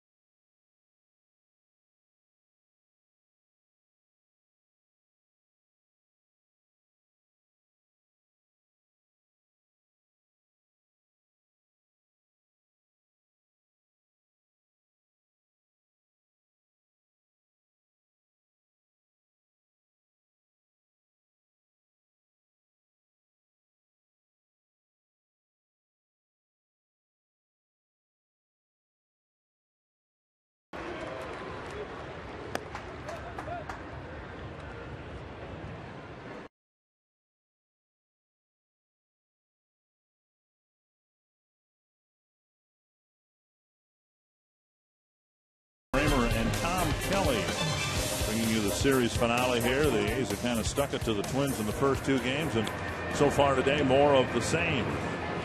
Trevor Plouffe, Ryan Doumit, Brian Dozier will hit for the Twins in the 4th inning.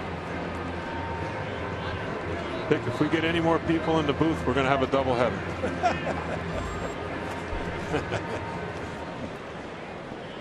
Plouffe hit a fly ball to center his first time up. Up and in, ball 1. 45 pitches for Parker here and starting the 4th. That was number 46. Hold foul. 1-1.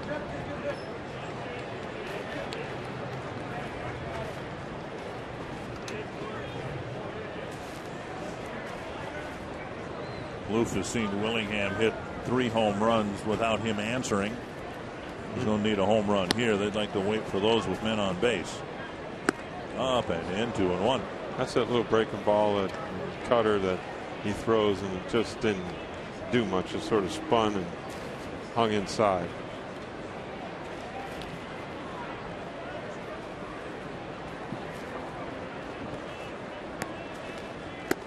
And now 3-1. Parker hasn't walked anybody. He's thrown 48 pitches, just a few more than Brian Dunsing threw in the first inning. Big pop-up foul into the seats. 3-2.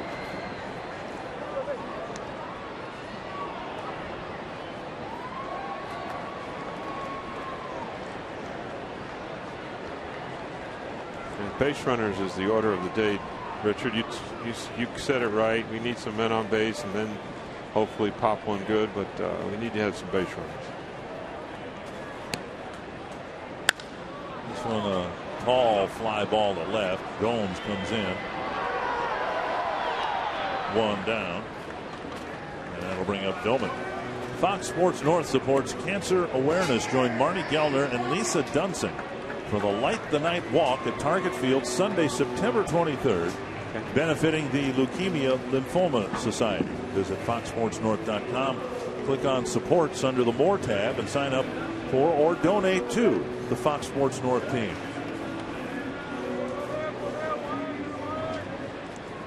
Doumit singled through the right side of the infield at shift and scored in the 2nd inning, and he takes strike 1.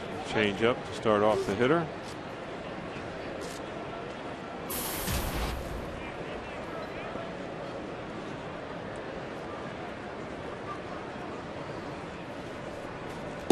Way out in front of that changeup. Back to back, backed it up, 2 in a row. Maybe the best at that, at least for the Twins, Frank Viola. Remember the day he threw Dewey Evans, 14 in a row? That was ridiculous. Dewey was going goofy. What are you doing? Oh. And he backed it up with another. He did, yeah, 3 in a row. 2 down. That'll bring up Dozier. That's a nice pitch right there. It's down and away, down on the 4 spot, running away from the left-hand hitter. And real nice pitch. There it is, towards the dirt. We were talking about Joe Benson before, suffering some injuries and hoping to maybe rebound and have a good year. Parker learned that changeup out of adversity. He had some shoulder problems, and when he came back, he couldn't throw, he couldn't spin the ball. And so he was left out there with a fastball and a changeup, and he just decided, look, this is an opportunity for me to work on this changeup, since because of my shoulder situation right now, I can't throw a curve or a slider. And out of that difficult situation, he turned it into a positive. There you go. Absolutely. It's a good story. Something to learn from, that's all. Keep learning, keep improving. See if they call for the changeup again. Now there's the breaking pitch.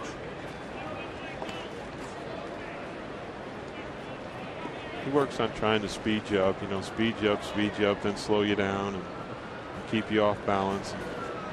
And that's what good pitchers do. They speed you up at times and they try to slow you down. Yep, and there it is. Dozier drives it to left center field. One too many. Second single for Dozier.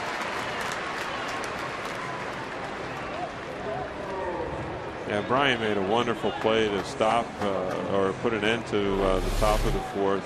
This ball was an absolute rocket hit by Cespedes, and Brian did a nice job of getting in front of it and getting a handle on it and getting it over for the force out. But I want to tell you, that ball was an absolute rocket, and he took one good step to his right and was able to smother it.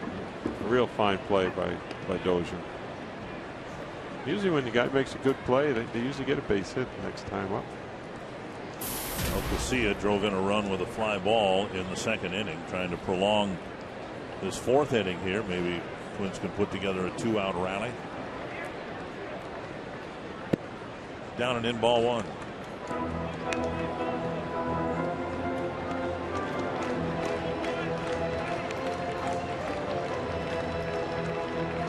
Not many scorekeepers left in the game, you know, Richard. Well, we have some very in the booth there. That's very nice. Still keeping score. Very nice.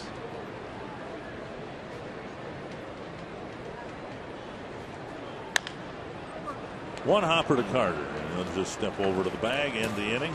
We've completed 4, and the A's are in front by 4.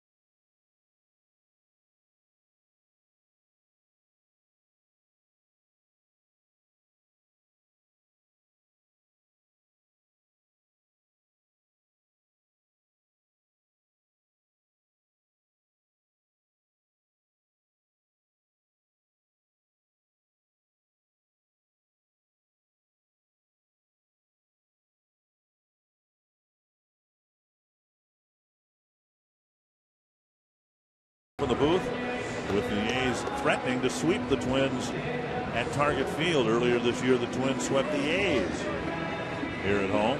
Long way to go. Keeping the faith. Chris Carter has walked and homered. He'll lead off the 5th inning against Casey Fiend, starting his 3rd inning of work. Popped up, and it is back and out of play.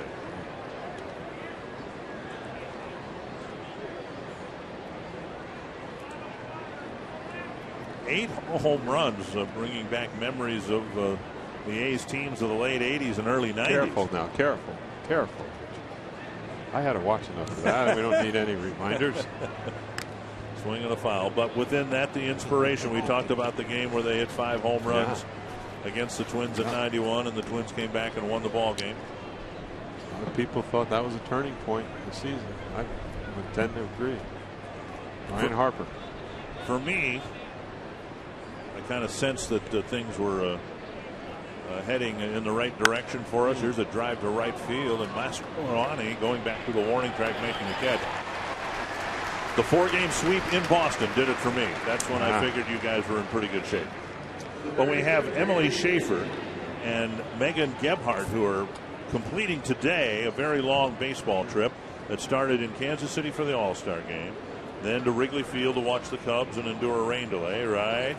And then up to Milwaukee to catch a Brewers game, and finally a game here. Megan, your first game here at Target Field. We're very happy to have you here as the Circle Me Bert fans of the game. Here's Brandon Inge. He struck out twice against Brian Dunsing.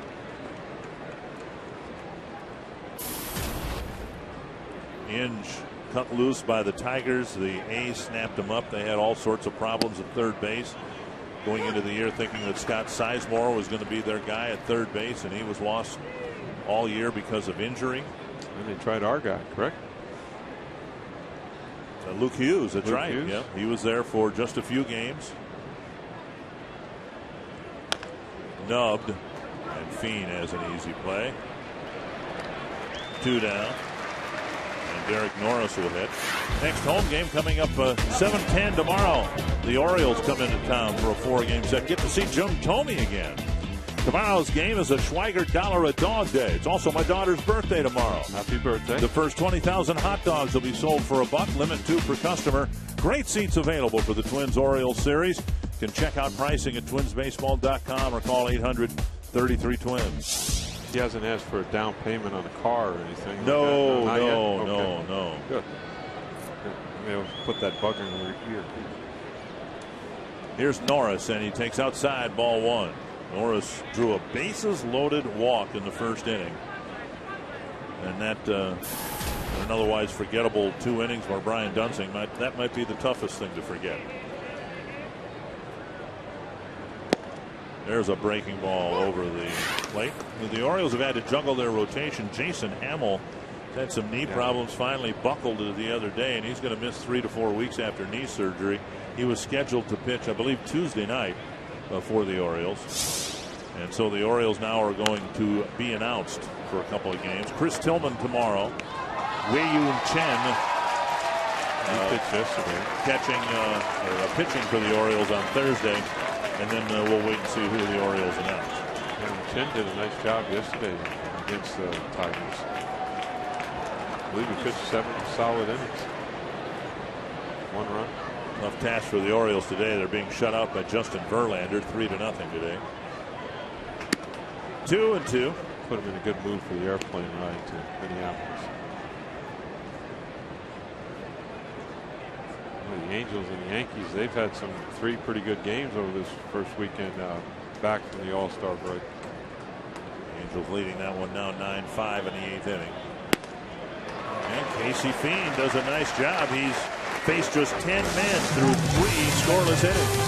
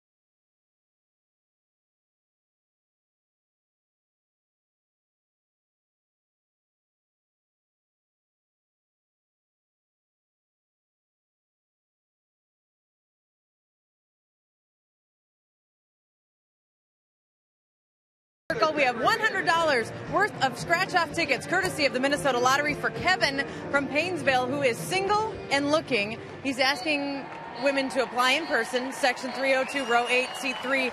Kevin, I don't see a long line, but how has the response gone so far? Pretty good from the people around me. They all seem to like it. But have any of the people around you been young single ladies? That's the question. I prefer 21 or over, you know. It's kind of a requirement these days. Okay, well, as long as you're not too picky. Good luck to you, Kevin. I'm sure the line will be forming any minute now. Dick? Pretty soon. I can see him running. They're running away, though. That's not a good thing. Maybe have to change the sign a little bit. All right, Dick and TK, we may have to check back in the ninth. Thank you. Who knows? Ben Revere will lead off the fifth, taking ball one from Jared Parker. I'm sure we're going to be checking back in. Fouled away, 1-1. Twins would love to get Revere aboard, and as you said before, when you fall behind 2-0, 6-0, the running game's taken away from you, but nevertheless, it'd be nice to see Revere get something started here with a leadoff hit. Yeah, Ben needs to get going a little bit. He's been a little rough go since the All-Star break. One hopper back to the mound and an easy play for Parker. One down. Darren Mastroianni will hit next. Darren had a real good at bat the first time up, and then Mr. Parker went to work on him the second time with the runner on third and 2 outs, and made some real nasty pitches against him and ended up striking him out. But Darren's had a great day in right field. He jumped into the stands and caught one, and then made a nice running catch in right center field. Very nice. Good try. Something we need to do. You're having a little trouble hitting a certain pitcher, and we certainly need base runners. If you can bunt, go ahead and take a shot at it. See if you can get yourself on base. Got our boppers coming up behind you. Tapper to short. Hicks to Carter, 2 down. If you're hitting the road, you can take the Twins with you this season. Subscribe to MLB.tv. See every Twins out-of-market game live online and on your favorite devices in HD quality. Visit twinsbaseball.com to order and get more details. MLB.tv. Baseball everywhere. Home territory blackout restrictions apply. I think my daughter is watching today down in Clearwater on MLB. Oh, is that right? Yeah. Good. I think. Hopefully did the right thing. Here's Mauer, 1 for 2, and he takes a strike. Mauer's average at 329, and it's way too early to dissect a batting race day by day, but Mike Trout just keeps on hitting. He's got 2 more hits again tonight, and we've already talked about this in your absence. But my goodness, the last time a guy jumped into the league like this and ran away with Rookie of the Year voting and might very well win an MVP award, you got to go back to Fred Lynn back in 1975. That was a pretty good name too. Yeah, that was a long time ago. The young man does it. We tip our hat and say, very good. Good for the game of baseball. See what happens. 2 strikes to Mauer. And a bouncer up the line. 3 good innings for Casey Fiend, and he may yield to Jeff Gray, who's warming up as we speak. I'm sure Gardy's real happy with Casey and what he did today, trying to bridge the gap and get through this ball game. Certainly threw the zeros up to give the home club a chance to come back. He did his job, that's for sure.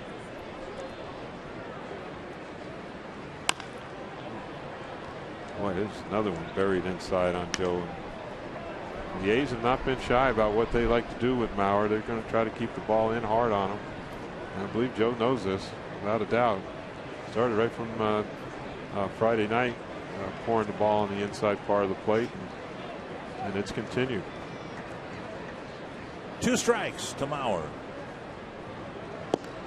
You know, we've seen a good bit of this Oakland pitching staff. Some of it's hurt, but Malone yesterday, left-hander. Parker today, it's almost robotic. I mean, whether it's left-handed or right-handed, they kind of have the same game plan out there. Well, if it's not broke, don't fix it type thing. And look at this one. Change up. Morris throws to Carter, and a 1-2-3 fifth. And the Twins are still stuck behind by 4.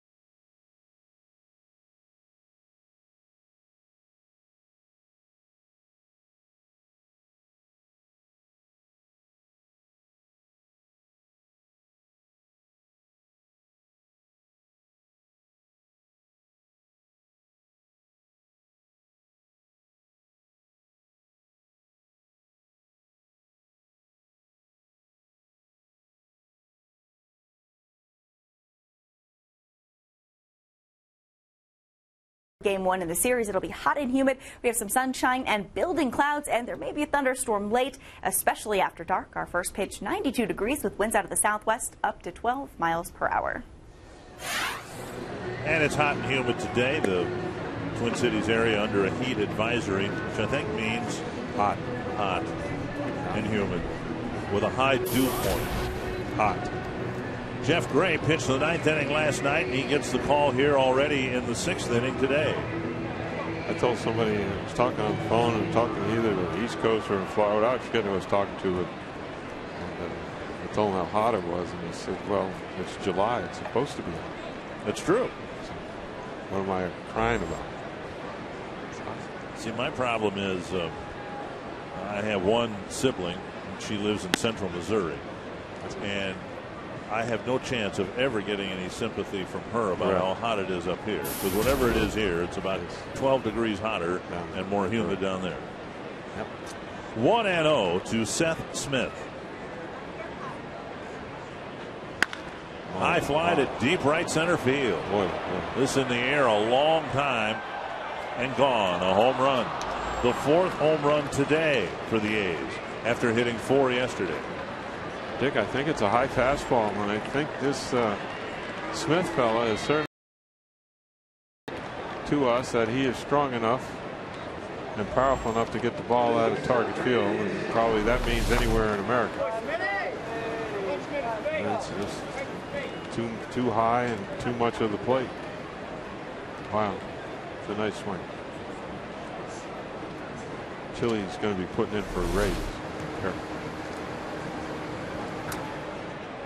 I'm not suggesting that any of these home runs would not have been home runs in the first 2 years of this ballpark. We have seen a lot more home runs here. Correct. And you were talking after the game last night. The reason I brought it up earlier, you noticed a change last year already in the angles that outfielders were taking on balls that stayed in the ballpark. Well, these are the kind of crazy things I look at and what players do and don't do. And yeah, I believe I know it. I watched them do it. The outfielders, when they chase a ball, for the most part, outfielders are very good players, and they know how to run down a baseball and go get a ball.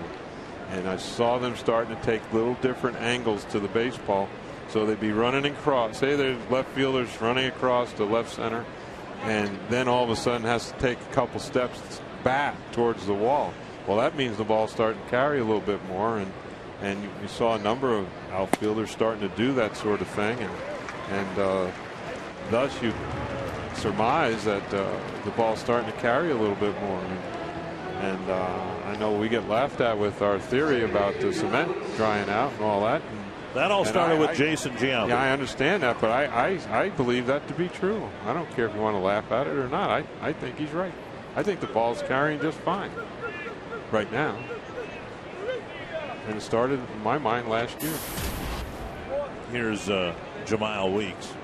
Well, it was interesting that. And you remember the Torontos came in and they, at the end of the year, and they hit the ball 100 miles that series. And, you know, there was other balls that we hit went out and that hadn't gone out earlier in the year.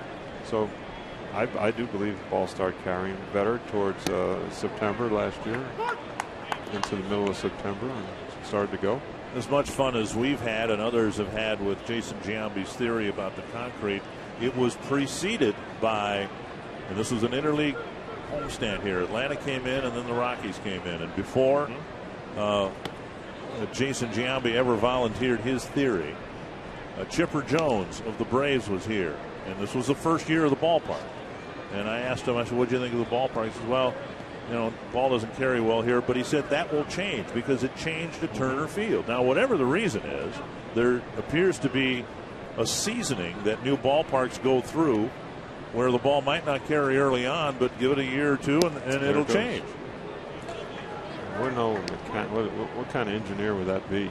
Well, I have no idea. But, some kind of engineer could have maybe explained it, but all I know is the ball's carrying pretty good. Enough said. 3-1 to Jemile Weeks.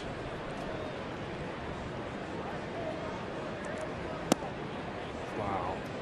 Jeez. Ball 4. Can't call that one a strike. AT&T trivia.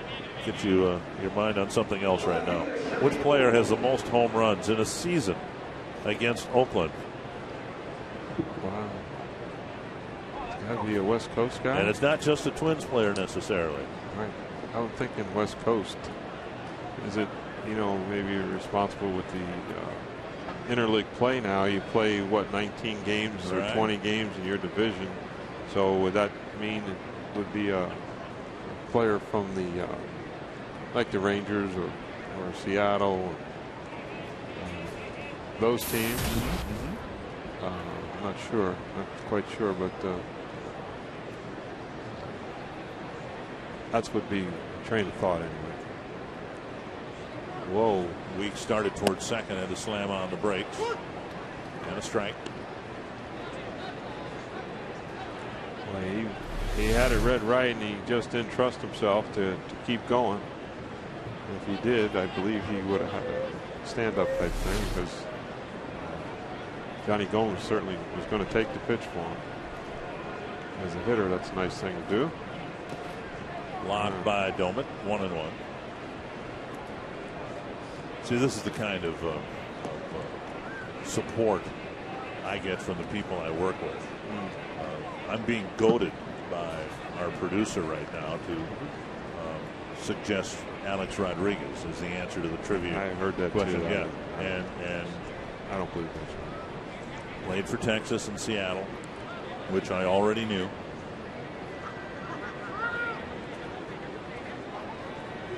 I heard that one, Dick, and I dismissed it. Yeah, it may be right, but I don't think so. No, but see, that's what I'm saying. I mean, they would never do that to you, but because they work with me on a nightly basis, they're trying to further discredit me.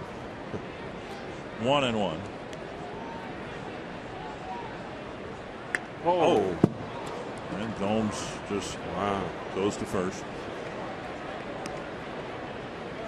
Yeah, but it was an off-speed pitch. A hit batter come first in with the off-speed. It was an off-speed slider or whatever that thing is, about 83 miles an hour, and I think if you're going to really want to throw one inside on somebody, I'm not saying hit them, but you don't want to throw a little off-speed pitch. So a home run starts the inning. There's a strikeout, now a walk, a hit batter, and Reddick comes up with 2 men aboard. Regarding the trivia contest or trivia question, there's no contest because there's no prize. We're not giving away anything. We're just. I'm going to go with Harmon Killebrew. No, that's not right. That's not right. Okay.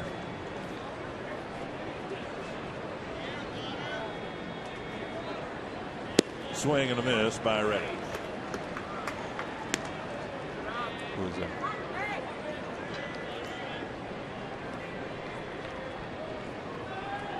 There you go. 1 strike to Reddick.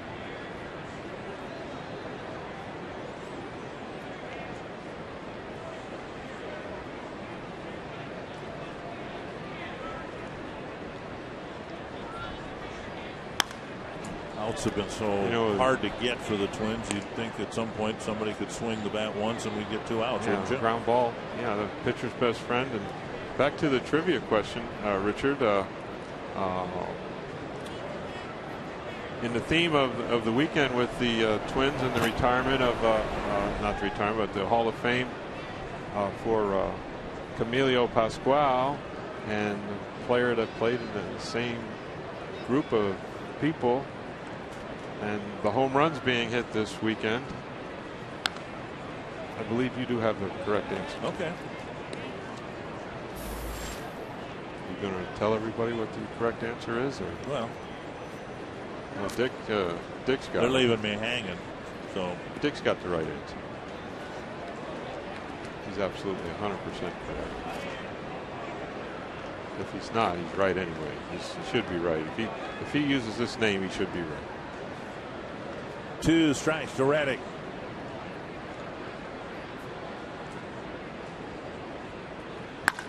To center.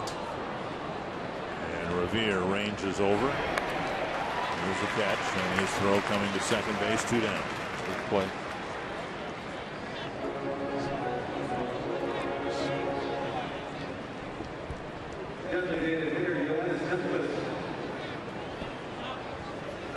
Here comes Cespedes with runners now at first and third and 2 down.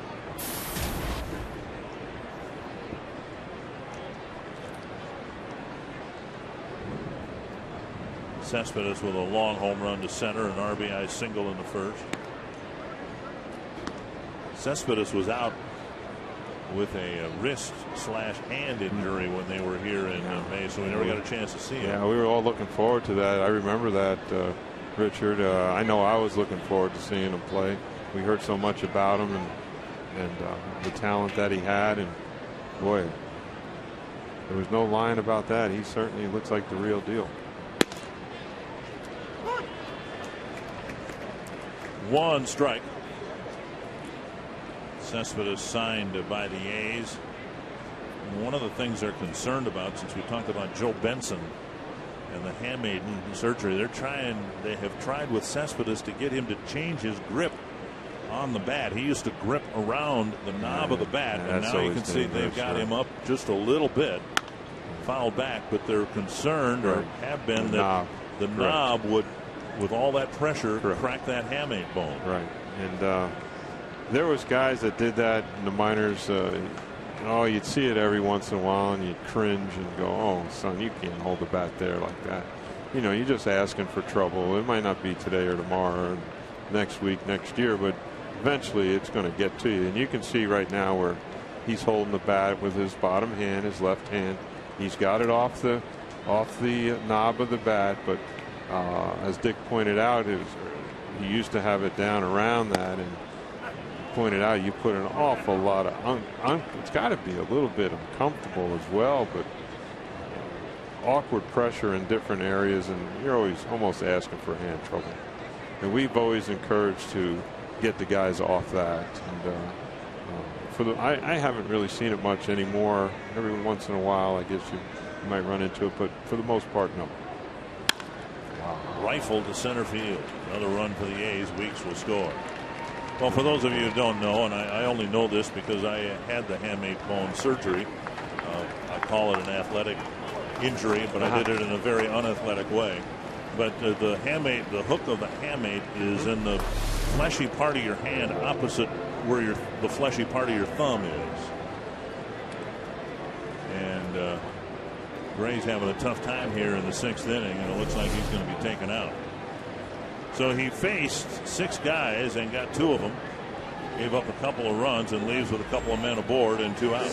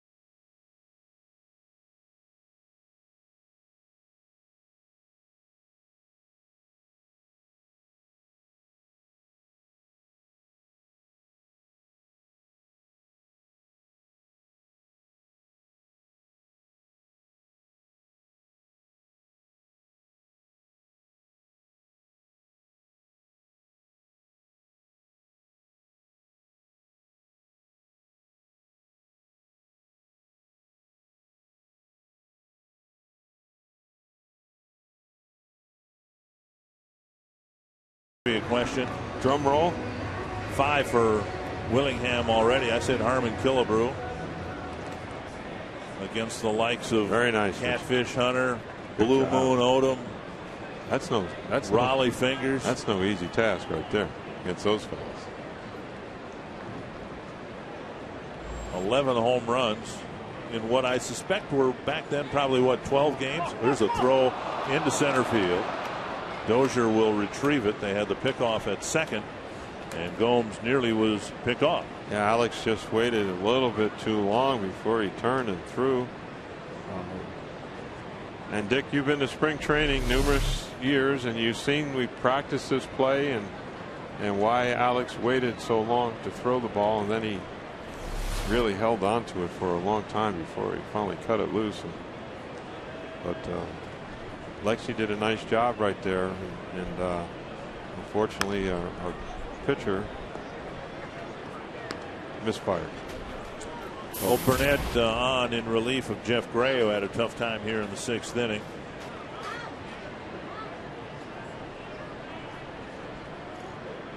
Facing Chris Carter.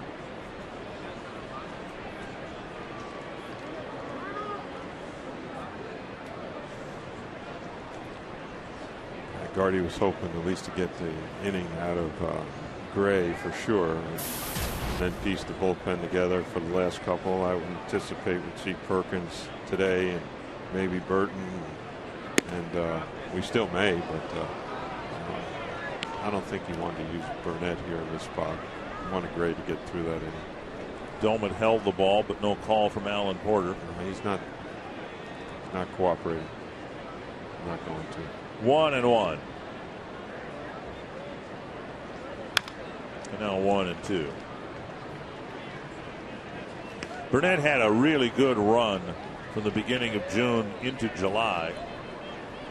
Then he struggled a little bit the last couple outings, and Ron Gardenhire would tell you that he struggled because of overuse during an extended period of time, that he was running on fumes going into the break. I believe that to be true, and like a lot of our guys, and maybe need a little bit of a respite to recharge the battery and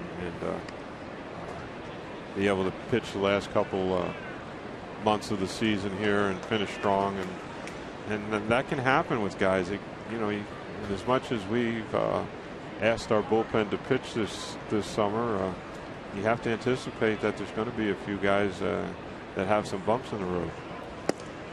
Inside, and now a full count. That was a good try by Alex, trying to throw the sinker down and in and make something happen on the ground. Carter's had some real good at-bats this weekend, and what a remarkable turnaround from last year, from what we saw out of this young man to this year. Runners go, and it's ball 4, and now they're loaded up. I think fans are smart enough to realize that this Twins bullpen isn't the problem, and it could be part of the solution. Correct. And if you could just, and it seems so simple, if you could just count on getting 6 innings every night. Some teams are blessed with that. The Twins have not been for the better part of 2 years. But to get 6 innings, then the bullpen is lined up with some arms out there that can finish the game effectively. And in position to pitch and be in the right spot, so the manager can keep everybody organized, keep them properly rested, and use you today, you tomorrow, and you the next day, and everything will flow very nicely. But once you get out of position, and that's when that snowball starts to roll, and things can get unpleasant at times. So hopefully we can stay away from any kind of injury down there and somebody getting hurt because of overuse. And that's the worst thing that can happen. So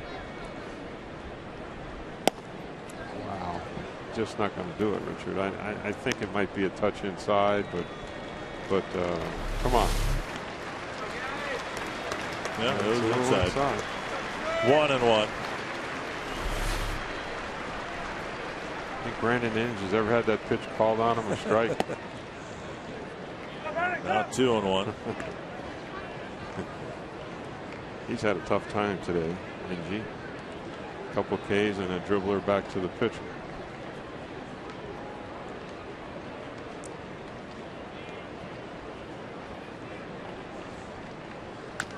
He was always kind of in Detroit the whipping boy for the fans. Well, yeah. And I always likened him to a different type of player, but like Nick Punto was when he played for the Twins. It seemed like the fans You know, we're always on Nick Punto for what he couldn't do, and I admired him for what he could do. His forte, right? Keeping the defense solid and making plays and bunting the ball and hitting and running and those sort of things. And now one to the screen, and another run will score, and it's 3-2. That's that slow breaking ball that Alex has been throwing this year. And, this one, I don't believe. It might have hit just the front edge of the plate, took that ugly bounce. No, it's way out there. Oh, that's not good. Well, it's out, and our catcher, Mr. Doman's been back there now for quite a long time, and in a perfect world, I think he would rather shift and move his feet and try to slide in front of that ball a little bit than trying to stab at it and backhand it. And a check swing foul. These are the kind of things that happen, and when you have these prolonged innings, and I don't even want to ask how many pitches this inning, but I'm sure it's getting up there quite a bit. Jeff Gray had some problems. Now Alex, it hasn't been a smooth transition for him either. So it's been a little ugly for the catcher, and he's taking a little beating back there. Dozier over to Mauer. That ends the inning. 3 more runs for the A's. They've got a 9-2 lead as we go to the bottom of the 16th. Josh Willingham will start things off for the Twins.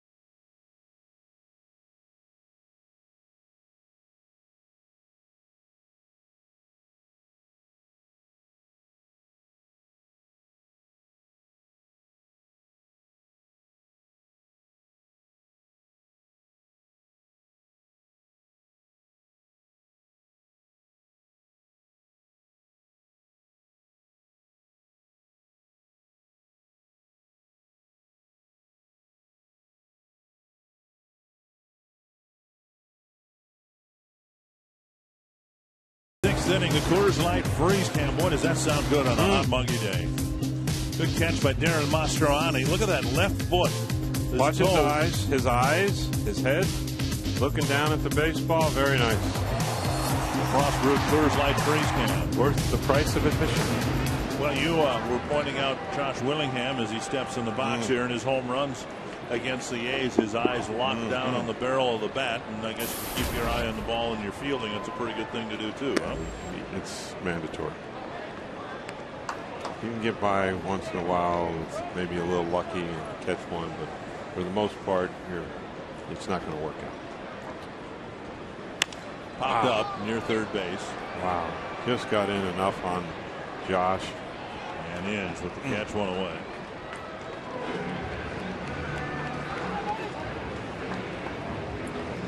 Josh with 5 home runs in this series. Harmon Killebrew on the left. Josh Willingham on the right. Wow. Short, very powerful swing on the left. A little bit bigger. Just a touch longer swing, but still very, very powerful. Strike one. The more Dick, you watch Harmon, and as many times as you've seen Harmon swing the bat, and I've seen him swing it, and to watch that power generated, And I know I would just dream on and think, oh, I wish I could do that, knowing it wasn't going to happen. No. It's one thing to hit them, but Willingham this year has hit them in dramatic style like Harmon used to. Morneau with a big pop-up and it'll come back and out of play. These off-speed pitches are really boding well for Mr. Parker out there. This nice little slow breaking ball he's throwing, and the changeup. He's mixing them up with a good fastball, and he's not afraid to pitch inside. And he's really done a nice job of keeping us off balance. And I tip my hat. He's done a nice pitching performance. As he dumped to short left, it might turn out all right. And lands at the feet of Gomes. So Morneau bloops a single to left. I think Johnny was watching Inge to see if Inge could catch it. Morneau extends his hitting streak with a pop fly single. If that was I don't want to say if it was a hand grenade or anything, Johnny be in trouble, but Johnny, he watched Inge the whole way, and if he just stuck his glove out, he might have caught this. Oh, wow. He's in the game for his bat. He's done a good job with that, that's for sure. Here's Trevor Plouffe, a fly ball to center and a fly ball to left.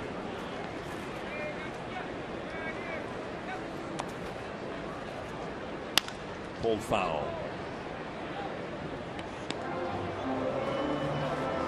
And Plouffe has a hitting streak that has seen the average climb up to 253. Doesn't sound like much until you consider where it was in the first couple weeks of May. As he pointed out, that we're only interested in moving forward. We can talk about April and May, might have been hitting 210, 209, whatever it was. And how has he improved? How has he gotten better? And the quality of at-bats have gotten better. And there's a lot of positive with Trevor Plouffe. And we need that to just keep on improving. And as you pointed out, I believe Friday, or I think it was Friday where you mentioned we're still working on our defense, and even the left side of our infield needs to improve their defense some, and that's all very true. And Trevor would be the first one to tell you that he needs to get a little better at some certain plays, and he's going to put the work in. He knows what it's all about now, and I think he's finally grasped that after a long tenure in the minor leagues of trying to figure things out. I think he's finally gotten the hang of it, and hopefully he has a big upside here, and he's going to keep getting better.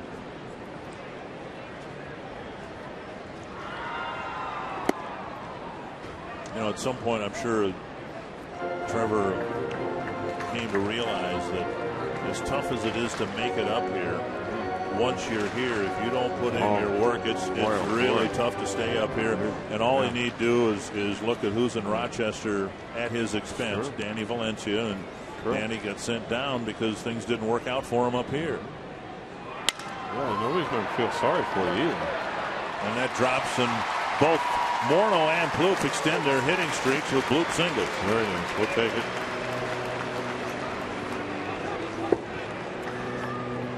And that'll bring up Ryan Doman. This is right off the end of the bat. This is pitches right out there near the 4th spot, and Trevor just gets right on the tip of the bat on the end and gets it out and up to get a base hit out of it. And like Coombs said, Ronnie Coomer would announce that it went down a soldier, and another bat for the pro shop.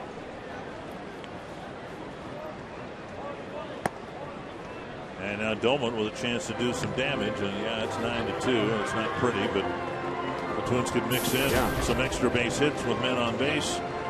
Wouldn't take that much to get them back within striking distance. At least the game's not over yet, and again, we've seen to be, well, we hit a little bit of a rut there for a few innings, but for the most part this weekend we've had men on base. We just haven't gotten that bigger hit that we need to get us over the hump per se, and we need to start getting some of that going in our favor before the Orioles roll into town, and see if we can gain a little momentum.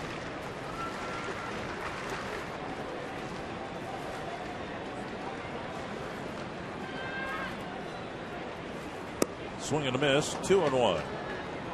CenturyLink high-speed pitch. Brian Dunsing was only around for a couple innings today.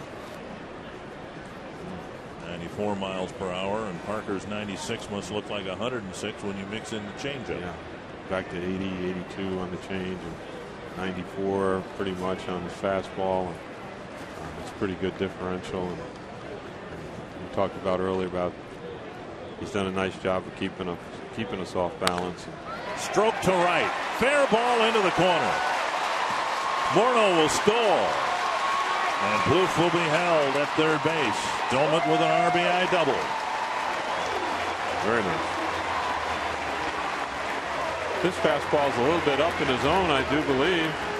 I believe it's a fastball, and I think it's pretty much right down the center. Yep. Ryan did a nice job of driving it down the right field line, keeping the inning going here. We got a good chance.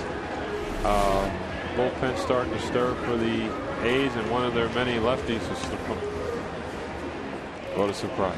Speaking of left-handed pitchers, a former one, Kurt Young, out to the mound as Oakland's pitching coach, was with the A's, did a great job, spent some time in Boston, and was part of the mass exodus after the late season collapse last year. Dozier has a pair of hits and another base hit here. Might score a couple and get the Twins within striking distance. Dick, have you ever formed an opinion on these exaggerated defenses at all? Or? I've watched it from up here now and watched on TV, and I don't know how much in favor I am of them. But like we said, they must have some charts to prove out what they do. And I was curious if you had a thought. Well, Doumit's played as a pull hitter in the infield, whether he's a right-hander or a left-hander. Correct. I guess the one that startled me until I did a little digging around myself, Dozier with a one-strike count. And rather than my discussing the merits or not, I'm more interested in your perspective. But when Toronto was here and they put an infield shift on for Joe Mauer, correct, and they had the third baseman playing roughly where the shortstop would correct, normally play, well, why are they doing that? And then you looked it up, and Joe to that point hadn't hit one ground ball to a third baseman all year long. And I mean, that's how detailed correct the charts are these right days. Foul back. So in that sense, what they did made sense, but we all think of Joe as correct an opposite field hitter. In the same line of thought now, and people will naturally say, well, Joe's such a talented hitter, he's going to take advantage of this, hit it down there. But Joe really doesn't want to do that unless he really has to. But he's going to take his swing and not worry about it so much. But again, I don't know how I feel about it. I maybe have to watch a little bit more to make a good solid judgment. But Twins will get another run on the ground ball to Weeks. Plouffe scores, and it's a 2-run sixth for the Twins, and Doumit moves to third. We're not done yet.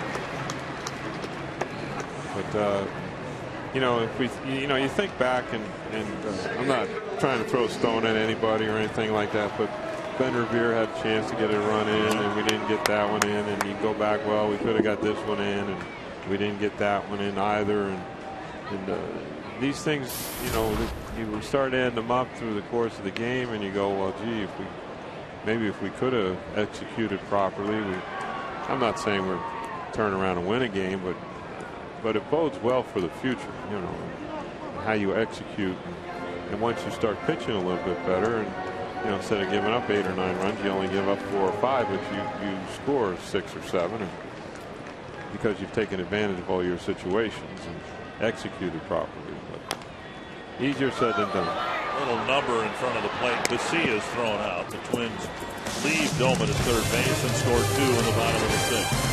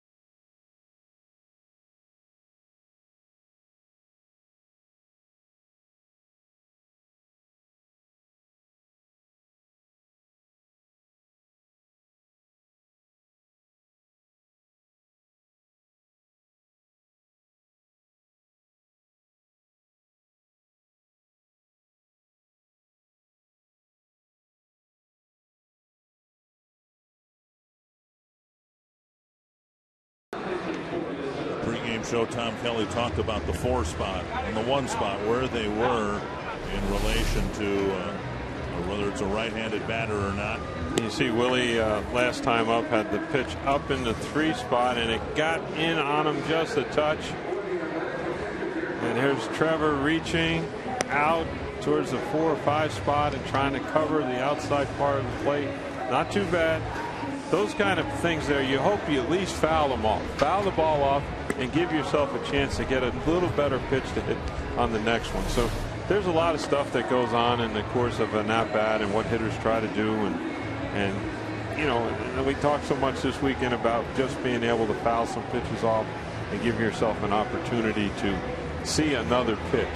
And maybe that pitch you can do a little bit better with and maybe get yourself a base hit. But that comes with experience and knowledge, and the more at-bats you get at the big league level, the better off you're going to be served in the future. So these are the kind of things we talked about with Trevor and how he's improved since his minor league career, and he's gotten so much better this year as a big leaguer and looks more like a big league hitter every day. Tyler Robertson on the first pitch gets a ground ball to short. Norris is quickly retired, 1 away.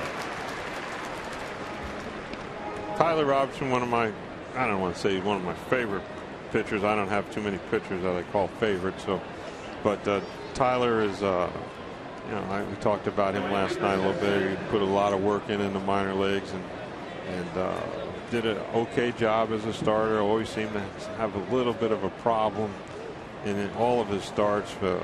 You know, 1 inning for some reason he ended up throwing 30-some pitches and putting up a 2 or 3 spot, and you wonder why, and then you come back the next inning and throw 9, 12 pitches and get out of the inning very quickly. And always seemed to have one bad inning as a minor league starter, and Jim Rance and his staff converted him to a relief pitcher, and he's flourished in that role, and here he is in the big leagues. And then, as we talked about yesterday, Dick, except for one bad pitch to Prince Fielder, he's done a hell of a job. So good for Tyler. Old foul. The construction of the Twins bullpen right now has Glenn Perkins, who is most days the closer. That may change. Matt Capps comes back. Jared Burton might still get an opportunity to save a game or so. This pitch here now, Ryan Doumit wanted the pitch on the outside part, and Tyler left it inside, but the key was that it was down and made it tough on the hitter. So keeping the ball down is always a key. Keep it down, give yourself a chance. Fox Tracks brought to you by Carrier. Robertson is the only other lefty in the bullpen. Now that may change depending on what the Twins decide to do with Brian Dunsing, if they're going to let Dunsing go out there and make some more starts. That was the plan up until today. So unless we're told otherwise, we'll assume that's the plan. Correct. There's a breaking ball over for a strike. But Robertson, at the very least, looks like down the road he could fit the bill as one of those situational left-handers. Oh, yeah, he can. You know, he's versatile. He could do that, and I know you like him in that spot where he come in, but you know, he's been taught to pitch. Punch, you know, and that means just not just one hitter or two hitters. Right. You know, I'm not saying that might be his forte in the future, but there's no reason that Tyler can't go out there and pitch 2-3 innings for you and go through the order at least once. Now, I'd be disappointed if he couldn't do that. I really would. I think he's a talented enough guy. Keep the ball down on a consistent basis, and for not one bad pitch to Prince Fielder, you know, you'd agree with me. But he's a hard-working young man, and hopefully he's going to learn as he goes here and become successful. That's a good play. Not just a 1-2-3 inning, but 3 outs on just 7 pitches.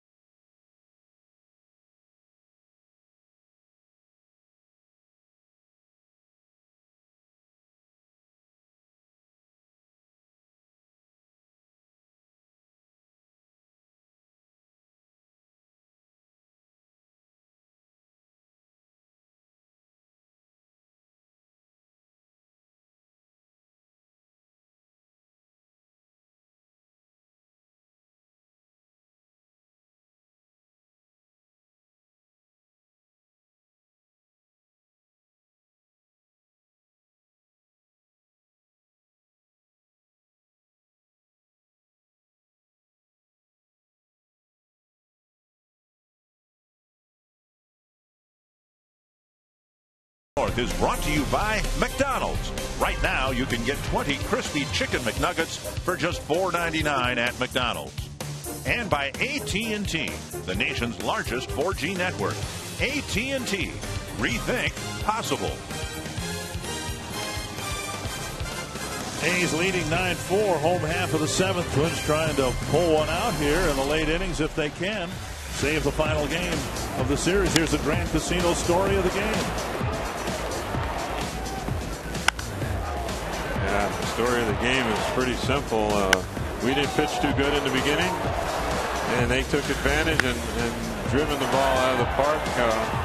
Was that 4 times tonight? This afternoon? 4 more this afternoon, yeah. Wow.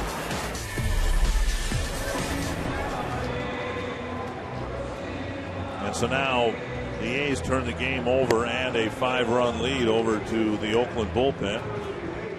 It's like Jerry Blevins is out there to pitch to Ben Revere and the rest of the Twins here in the 7th. Okay. It'll be Revere, Mastroianni, and Mauer. Doug Melvin, his team starting the day 8 games back. So much talk about the pursuit for first place in the West. And the Rangers have a 5-game lead. Angels won today. They finally beat the Yankees 10-8. They could have won all 3 of them games, yeah. I believe. But that's baseball. Jordan Walden put on the disabled list for the Angels, so the injuries continue to mount through the second half of the year. Their bullpen really took a beating out of spring training and into the start of the season. And then they regroup and then suffer another injury. It's unbelievable what can happen to you. Here's Revere leading off the 7th. He's 0 for 3. A fly to left, a strikeout, and a comebacker to the mound. Since I made a big issue of it last night, and since you did come up with an answer, yes, your answer then, will Ben Revere's first major league home run be an inside the Parker or an over the fence home run? I think it's going to be over the fence home run. I decided that today sometime. Okay. This morning I decided that. Over the fence. Oh, fly ball to center, and retreating is Reddick. I was going to say, if he could hit a line drive over Brian Gorman's head into the gap, he might hit it today. Might get it today. 1 down in the 7th. If you act today, you can get a steal of a deal when the Twins host the Orioles Wednesday at 7:10. For a limited time, you can get home plate view tickets for just $22. Limited time deal against the Orioles is available by logging on to twinsbaseball.com or by calling 800-33-TWINS. And there are some other ticket offers for upcoming games at Target Field you want to check out as well. 1 gone in the 7th. Here's Mastroianni.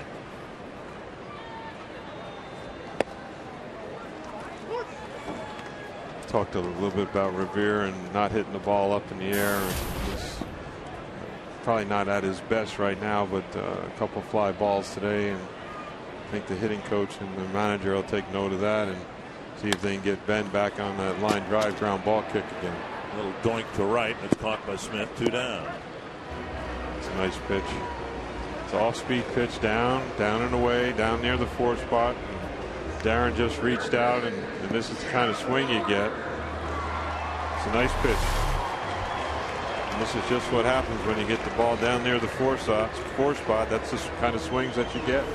That's why we try to teach our people that's where you need to throw the ball and learn how to throw it there on a consistent basis. You don't have to be perfect with it all the time, but something in that general area. Almost like what Balfour did the other night when he came in and pitched to Plouffe, and how he was trying to bang the 4 spot and he threw 7 straight out there, and we thought that was probably too many to throw at one certain setting, but you know, that's the general gist of it, and how to pitch and how to learn how to get the ball out there and be successful. 1 strike to Mauer.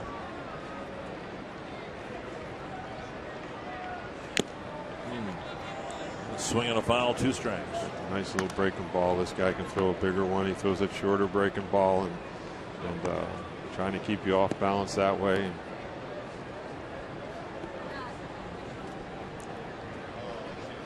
Having these lefties in the bullpen sure adds to a little bit of a luxury for the manager and the pitching coach. And got to our spot of the lineup where the 3 lefties are coming up, and or 2 lefties, and if Span's playing, it would be 3. But again, put your relief pitcher in a good position to be successful, and that's what managing's about, coaching's about, putting people in position so they can have success. And if you don't do that, then shame on you. Well, that's what Chip Hale was talking about. What he admired about you is finding a role for players and leaving them there. And in Chip's case, it wasn't a prominent role at all, but it was one that allowed him to have some success. And jam shot and a little dribbler back to the mound, and a very good inning for Blevins. 1, 2, 3. The Twins are down on 8 pitches.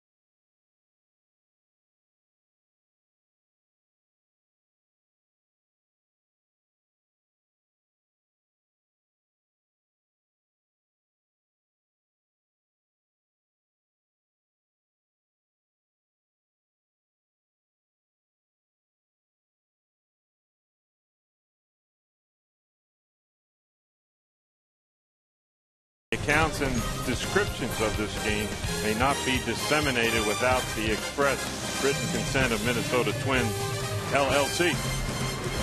Another great execution of the disclaimer by a product not of the West Central Minnesota School District where I grew up. You were born in Graceville, Minnesota, but only lived there a couple of years, right? Oh, a month. A month, really? Yeah. Month and a half, I guess. Yeah, then I'm the product of the nuns at St. Mary's. Oh, is that right? Yeah.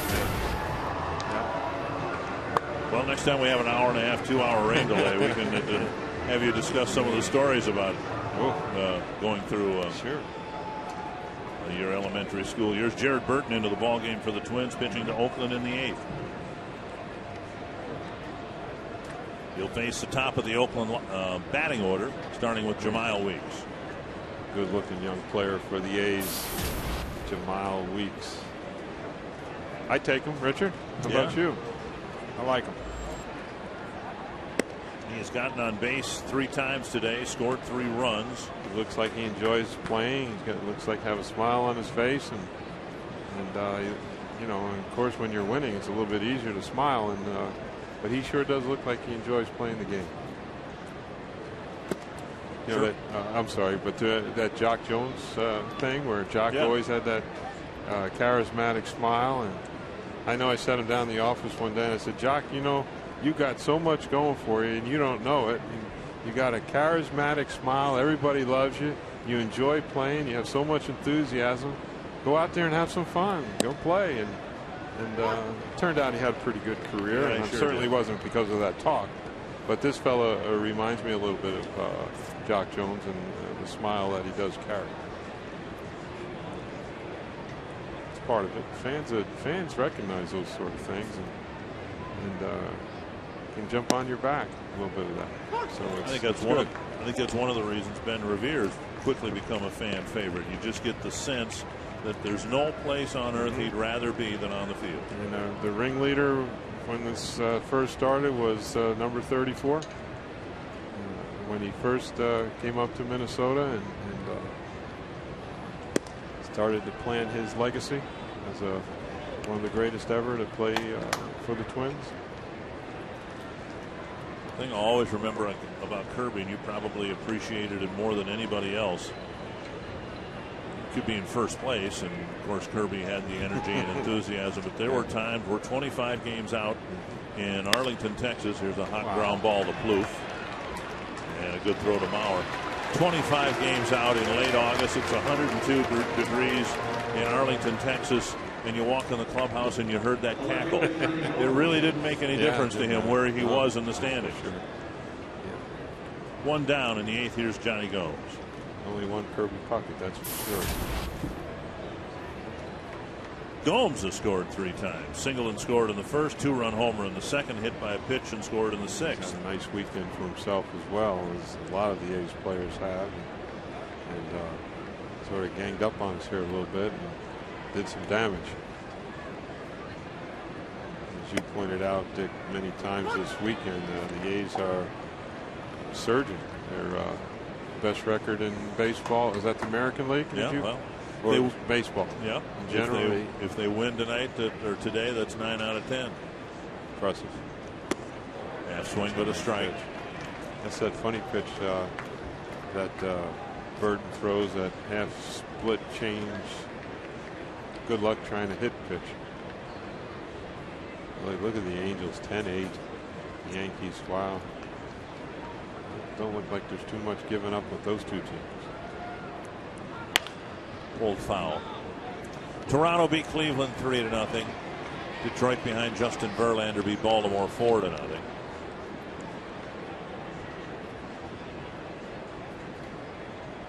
Team that's hard to figure out this year, in my opinion. I don't want to get off track here, but Tampa. They're inconsistent. They have a streak and then they don't do much, and then they win a few, and no idea which direction they're going. And Gomes has another solid hit with 1 out in the 8th inning.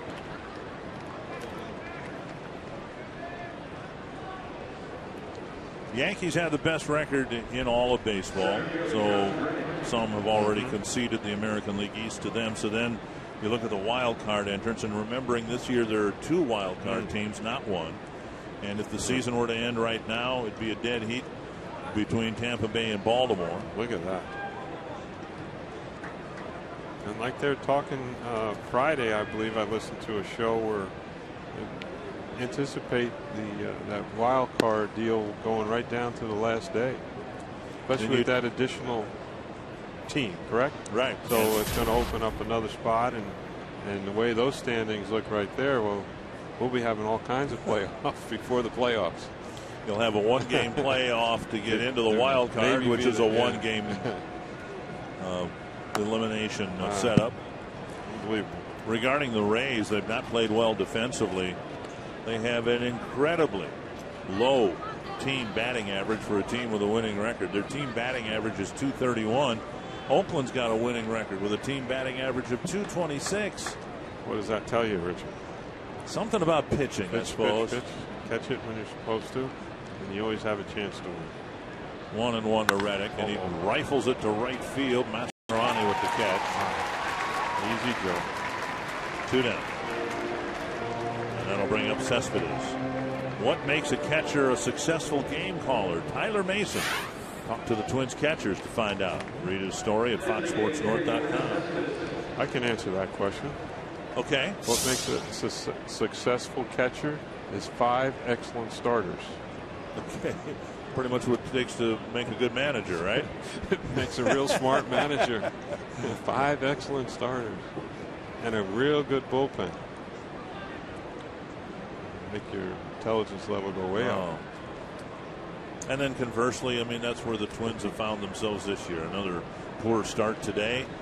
And through the 3 games, as impressive as Liriano's 15 strikeouts were, the first runs of the game put up on one swing of the bat, a 4 spot. Twins never really recovered. Correct. You know, everything else can be in place. I mean, the Twins have had their hits and they've scored some runs. Probably should have scored more, but could have. The bullpen would was obviously well rested after the break, toward the hole and through. Cespedes has another hit, his 4th of the ball game. Mr. Burton here leaving a few pitches up in his own, uncharacteristic of him. He's usually down, especially with that funny pitch he throws, and this could be a little bit of not pitching and the All-Star break and missing. What's it been for him? 6 days. Yeah. So he might have a little ring rust, and so this will be a good outing for him to get out there and knock off the rust and hopefully not give up any runs. But again, he looks a little rusty to me. Chris Carter seeing the ball well. He's drawn a couple of walks, clubbed a home run. This is why it's so important for the manager, and Gardy's done this, got everybody out there and let them touch the mound and get to work again and get back in the swing of things. Ball 1. Without getting abused, which is the important thing.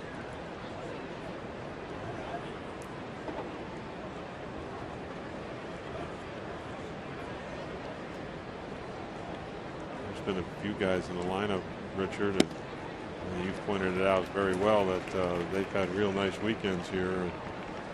This fella Carter's had some real good at-bats, and it looks like he's really made big improvements from last year. And Cespedes looks like a good sign, obviously, for Billy Beane and his staff, and some of the pieces they've mixed in. And as you mentioned, I think the first day they 12 different guys from when they had on the from when they were here in May, just a couple months ago. So a lot of kudos to Bob Melvin and the coaching staff and the job they've done bringing these fellows along. And they seem to be playing with a lot of enthusiasm. But the better you're starting pitching, the more enthusiasm you should have as a player, because it's get you in and out off the field very quickly. And conversely, as you pointed out, Richard, we've had opportunities and we just haven't capitalized maybe as well as we possibly could. But what I liked about the pitcher yesterday, Malone, and today, Parker, they seem to be able to bear down when they needed to, and they might give up a run and bend a little bit, but they certainly didn't break. That's for sure. And so it bodes well for them in the future. Popped up near the Twins dugout. Stay in the park. And out of play. Mr. Doman was tired of seeing the ball out over the plate and decided he was going to get one inside, and he had to go to the mound to make his point. And Burton threw the ball in hard on the hands, and we just about got our pop-up that we needed, and it's a good try.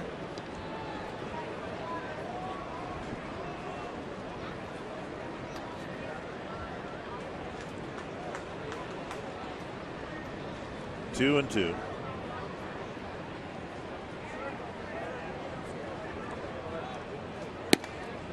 And now 3-2. It's a slider. If Burton holds true to form, he's going to throw that funny. You call it a change, Dick? Is that what you call it? It's been mislabeled, I guess, and by Burton himself as a split change, but it is a circle change that drops straight down. Runners go, and the pitch lifted foul again. He just went right with the fastball. It sort of surprised me a touch, but I thought. So we don't have a name for it officially. It's been identified by Burton as a splange. Oh, so, but he doesn't split his fingers. It is in every freeze frame and replay that we've shown. It's a circle change that drops straight down. Our camera people have done a wonderful job of being able to focus in on his hand and watch, see how he just holds that pitch, and it's remarkable that he can make it go down like he does. Come on. And the bases are loaded. Well, I know if I had the equipment on back there, that'd have been let me tell you, that'd been a strike. I don't know if it's outside or not, but for me, that was close enough. Let's move along. Gosh. Well, here's Brandon Inge. I'm very serious about that. That's, for me, you got to call that a strike.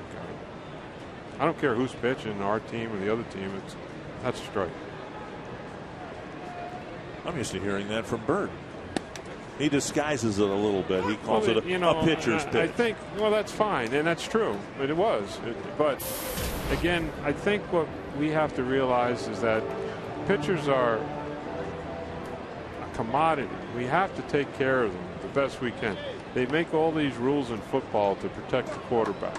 Okay, don't touch them, or we'll throw the flag at you for the most part. But and the pitching is so hard to come by, and I think the umpires could help out a little bit by calling some more strikes and not abuse them out there where they have to throw X amount of pitches to get through an inning. So that's just my opinion, and people have heard that before. I don't mean to ramble on about it, but I sure like to see a few more strikes called, especially in a game like it is today.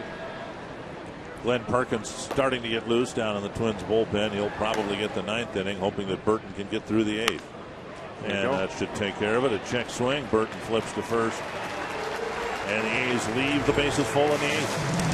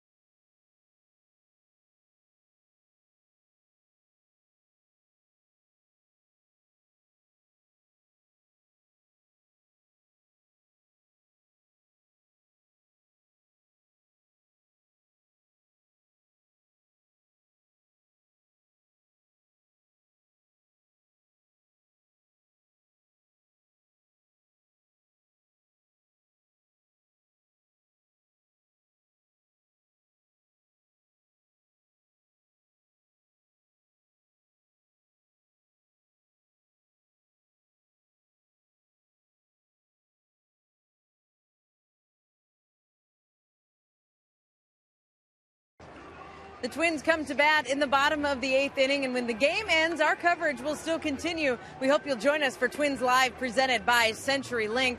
We'll look at the powerful A's in this series. 9 home runs. We hope it's done, but 9 so far in this 3-game series, another 4 today. Plus, we'll hear from Ron Gardenhire, who had been frustrated the past 2 games with his Twins. And we're on the field for our instructional with how a catcher should cover bunt plays, whether it's an intentional bunt or a swinging bunt. We saw Alexi Casilla have a swinging bunt earlier in this game. Tim Laudner will show us the proper placement for a catcher, how to execute that properly. We do it each and every game. We send our experts on the field to give you better instruction in this game of baseball. Dick and Tom? Well, thank you very much, Marnie. And Josh Willingham will lead things off for the Twins in the 8th. Taking strike 1. Willingham with a single in 3 trips.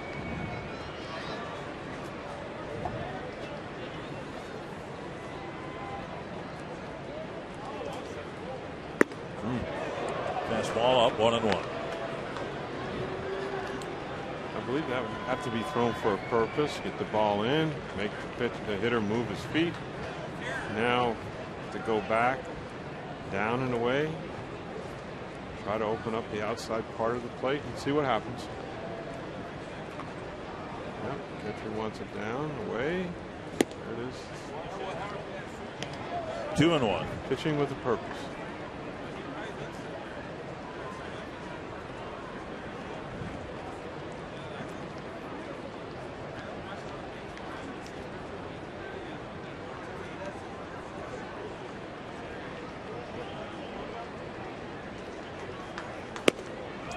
Missed. 2-2. On the outside part of the plate. Good fastball. Scribner and Balfour warming up. It's been a couple days since they pitched, and Scribner pitched yesterday, but Balfour threw 7-8 pitches on Friday, I believe. Breaking pitch over the outside corner. Willingham's gone for the first out. Over my mouth, the umpire called strike 3.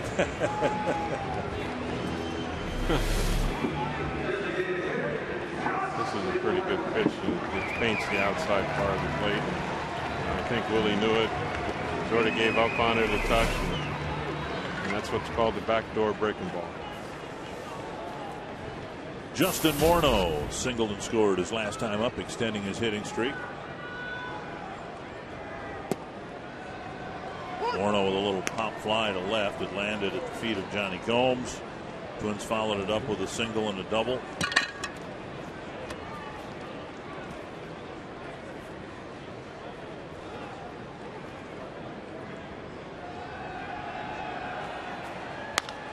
Pulled over the head of Jerry White. 2 strikes. I guess there's a rumor, I get off track here a little bit, Dick, that Jerry White's going to be taking some golf lessons and is looking to challenge Mr. Gardenhire, from my understanding. Oh, is that right? Yeah, quite an undertaking.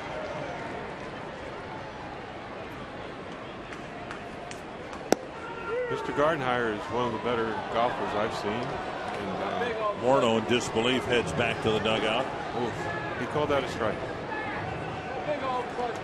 I open my big mouth. Bob Melvin's going to make a pitching change.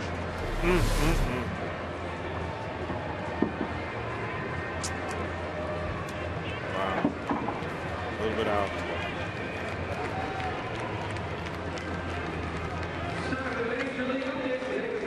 So Morneau is called out on strikes, and we'll get, I suspect, Scribner with 2 gone in the 8th.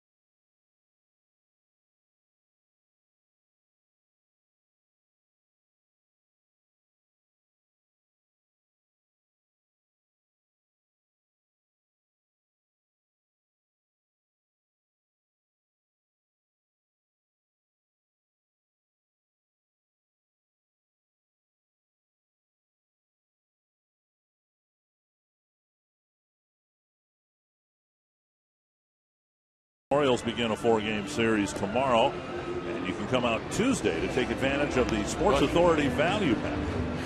Sports Authority Value Pack gets you a ticket in the U.S. Bank Home Run Porch Views section and a free Schweigert hot dog and Pepsi. Call 833-TWINS. Visit twinsbaseball.com. Check out all the options for the upcoming games at Target Field. 2 gone in the 8th. Levin's left to pitch out there through the Morneau at bat. Now Trevor Plouffe will hit against Evan Scribner.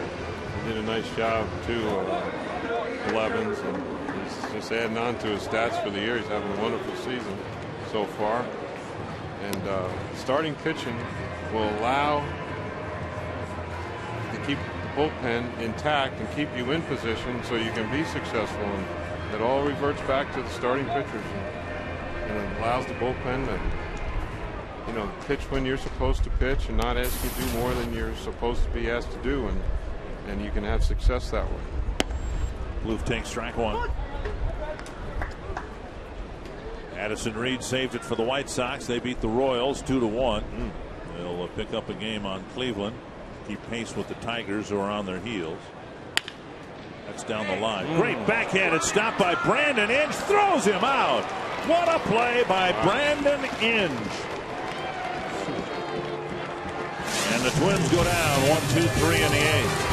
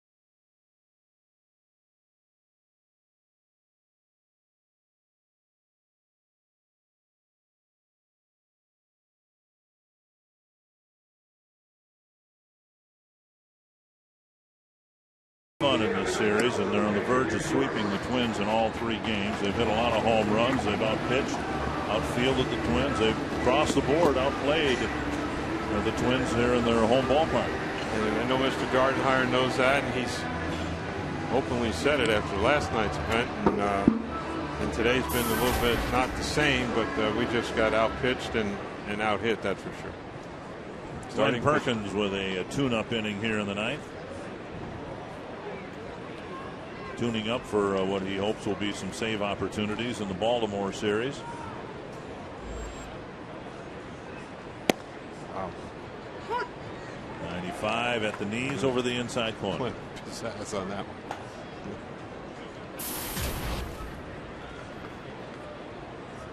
1 strike to Norris, then Smith and Hicks. Snap bat. Look at this. And Casilla retreats to make the catch. 1 away. We're going to get a chance to see a big league play by a big league third baseman, and Trevor hits the ball pretty good right down the line and gets to his feet and throws a good strong overhand throw, and that's what you call a major league play. These are the kind of plays, you know, you make your routine plays and then every once in a while you make a real good play. That's what that was. And you have to understand, and I don't want to sound like I'm putting Inge on any kind of pedestal, but he's had just a horrendous day with the bat. Just horrendous. He struck out a couple times. He's hit 2 dribblers back to the pitcher. And to go out there and take his defense and take it personal and make that kind of play speaks why he's been in the big leagues for as long as he has.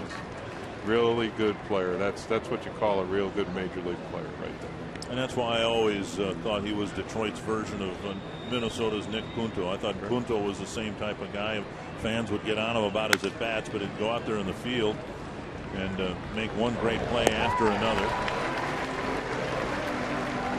Smith retired out number 2.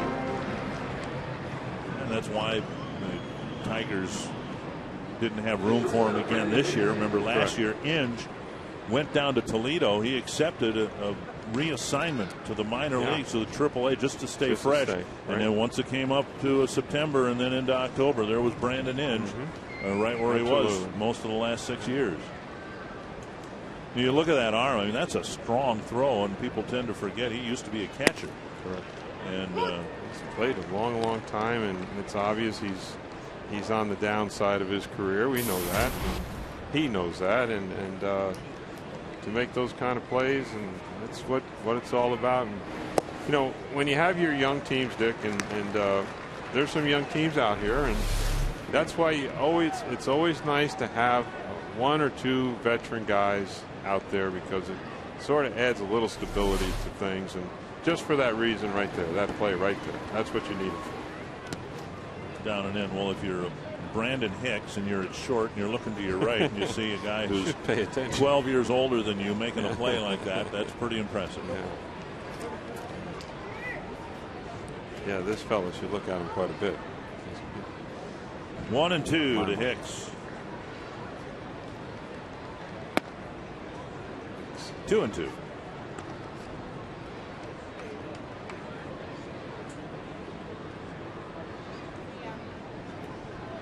You know, managers appreciate those kind of things too, and Bob Melvin knows what he's got there, and Inge, and knows he's had a tough day with the bat, and watched it all, and to see him make that play, it's why he's in the game. Perfect. What you need him. You know why he's here. 2-2 to Hicks. You know, you look at that one. Doman got Doman there. Not good. If you're going to include the umpire as well. If you're going to include, I think you're right. I think they got Alan Porter more than Ryan Could Doman. have, yes, sir. If you're going to include the Oakland A's on a list of contenders, down and then up. Yes, it did get the umpire more than it got. Oof. You don't want to speculate on that. Don't know if Ryan Doman will be riding a bicycle after the game today. We know Alan Porter won't. That's correct.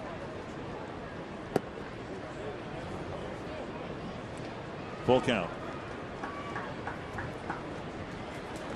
But you know, if you're going to include the A's in a list of contenders, look how they solved their problem at third base, and the White Sox solved theirs. They were White Sox were more than happy to take Kevin Youkilis off Boston's hands, and he's been a key acquisition for them. And let's keep an eye on this Oakland team. And it's be fun. I think when I was said I was going to do the Oakland series, and I think I had a couple of my cronies say, I said, no, they've been pitching pretty good. It's going to be pretty good. They got some real good starters and been pitching well, but I didn't anticipate this hitting.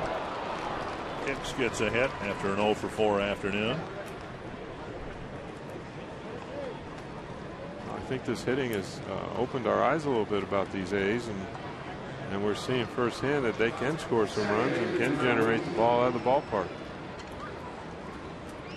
And if Dick, if you go with the approach that the younger players will play better in September, August, September, they once they get their feet really soaked in wet and entrenched a little bit, people ask me, and I don't like going back to '87 or anything, but when do you know that I said September we start playing pretty good. I mean, it was really good. Watching guys play and going, wow, that's pretty good.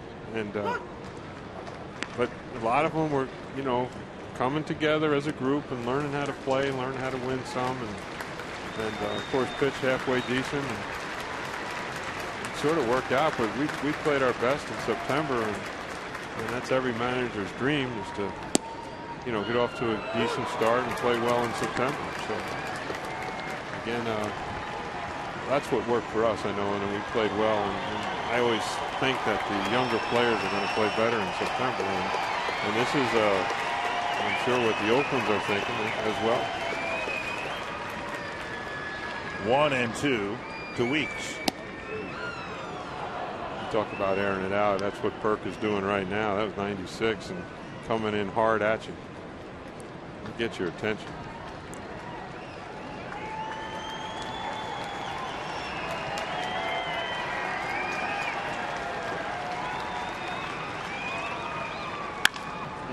Bouncer to short. Dozier to Castillo. Good play. Force at second base to wrap up the top of the ninth inning.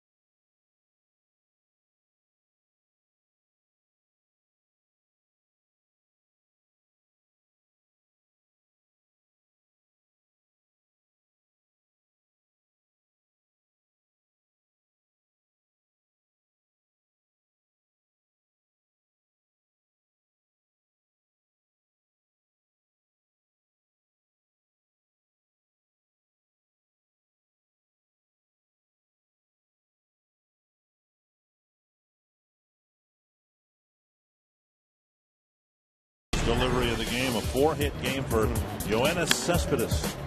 Yeah, this is what you call on fire, and whether the ceremonies on Saturday night really got him going, and seeing his countrymen Camilo Pascual and Tony Oliva and Cespedes has responded for the A's in a very, very big way, and it's done serious damage with the bat against the Twins pitching. So we'll see what the Twins can do to maybe put a threat up on the board against the A's here. It's a comfortable lead for Oakland of 5 runs. But Ryan Doman with a pair of hits, a run batted in, a run scored. He'll lead off. Then Dozier and Casilla do up. Span, Carroll, and Butera are the bench players. First pitch lifted foul, out of play. Good swing by Ryan. He tried to get that first fastball and get it out to the outfield for a base hit, but Scribner's got some zip on it too, Richard. He throws it well, as good as anybody else coming out of that pin.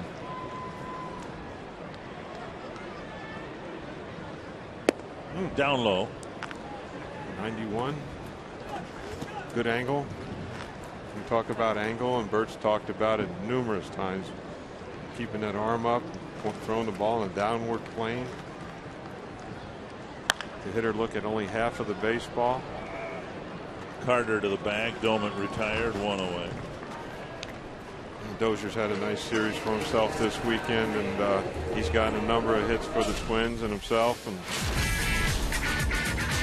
Ryan was a long home run to right down the left field line. He got to the second deck and got some other hits and sprayed the ball around the field some and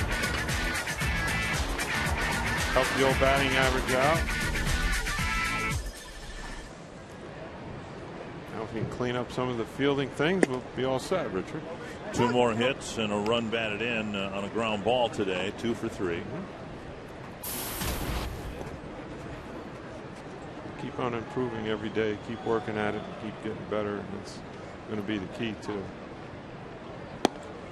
Brian Dozier to be successful big league player. You know, no one expected him to come up and play every day at the key spot that he's playing in and expect him to be a polished player. Those days are long gone. But what you're looking for, I suppose, for a player like Dozier, anybody coming up from the minor leagues, is the aptitude to be able to make mistakes, make them once, learn, and then move forward, move on to the next mistake, and learn from that. Right.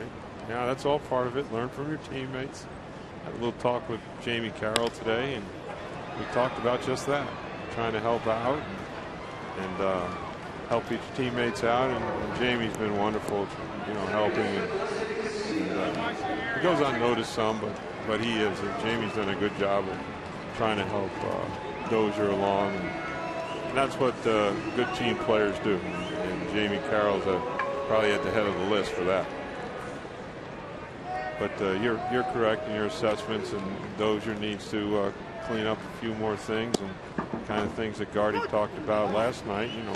Moving your feet, catching the ball, don't let it bounce in front of you, and then you misplay it, and the guy takes an extra base. Some of these things can come down to winning and losing games, and you certainly don't want to lose like that. Chopper in front of third. Inge. I thought he was going to finish off with another big league play. He's laughing about it. That's good. That's good. Finished off the 8th inning with a sensational play, and well, that's a hard play as well. It got away from there and sort of that ball went right off the plate and went straight up in the air, and whoops the daisies. Whoops. But he never did really get control of it and be able to throw it. And I doubt seriously if he had any chance of throwing Lexi out. Casilla gets an infield hit. Keep the game alive. Here's Revere, 0 for 4. Casilla goes to second. Of course, the A's don't care.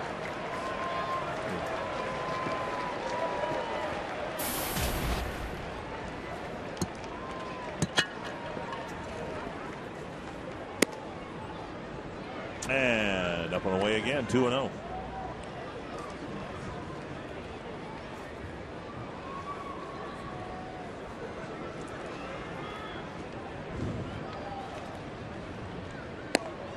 Fastball that hits the outside corner.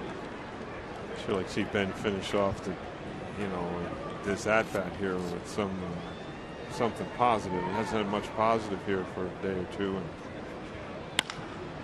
And ball hit right to Weeks. And the A's sweep the Twins after the Twins swept the A's. And Kevin Gorg, the A's jumping out of the All-Star break, playing just as well in the second half as they did late in the first half. Yeah, Twins will have to drive them to the airport, get them out of town, and refresh. We'll preview the next series that starts, a 4-gamer with Baltimore and Jim Thome. We'll hear from Ron Gardenhire. Tim Lauder will teach you how to catch bunt plays and make plays in the infield. Oakland wins 9-4.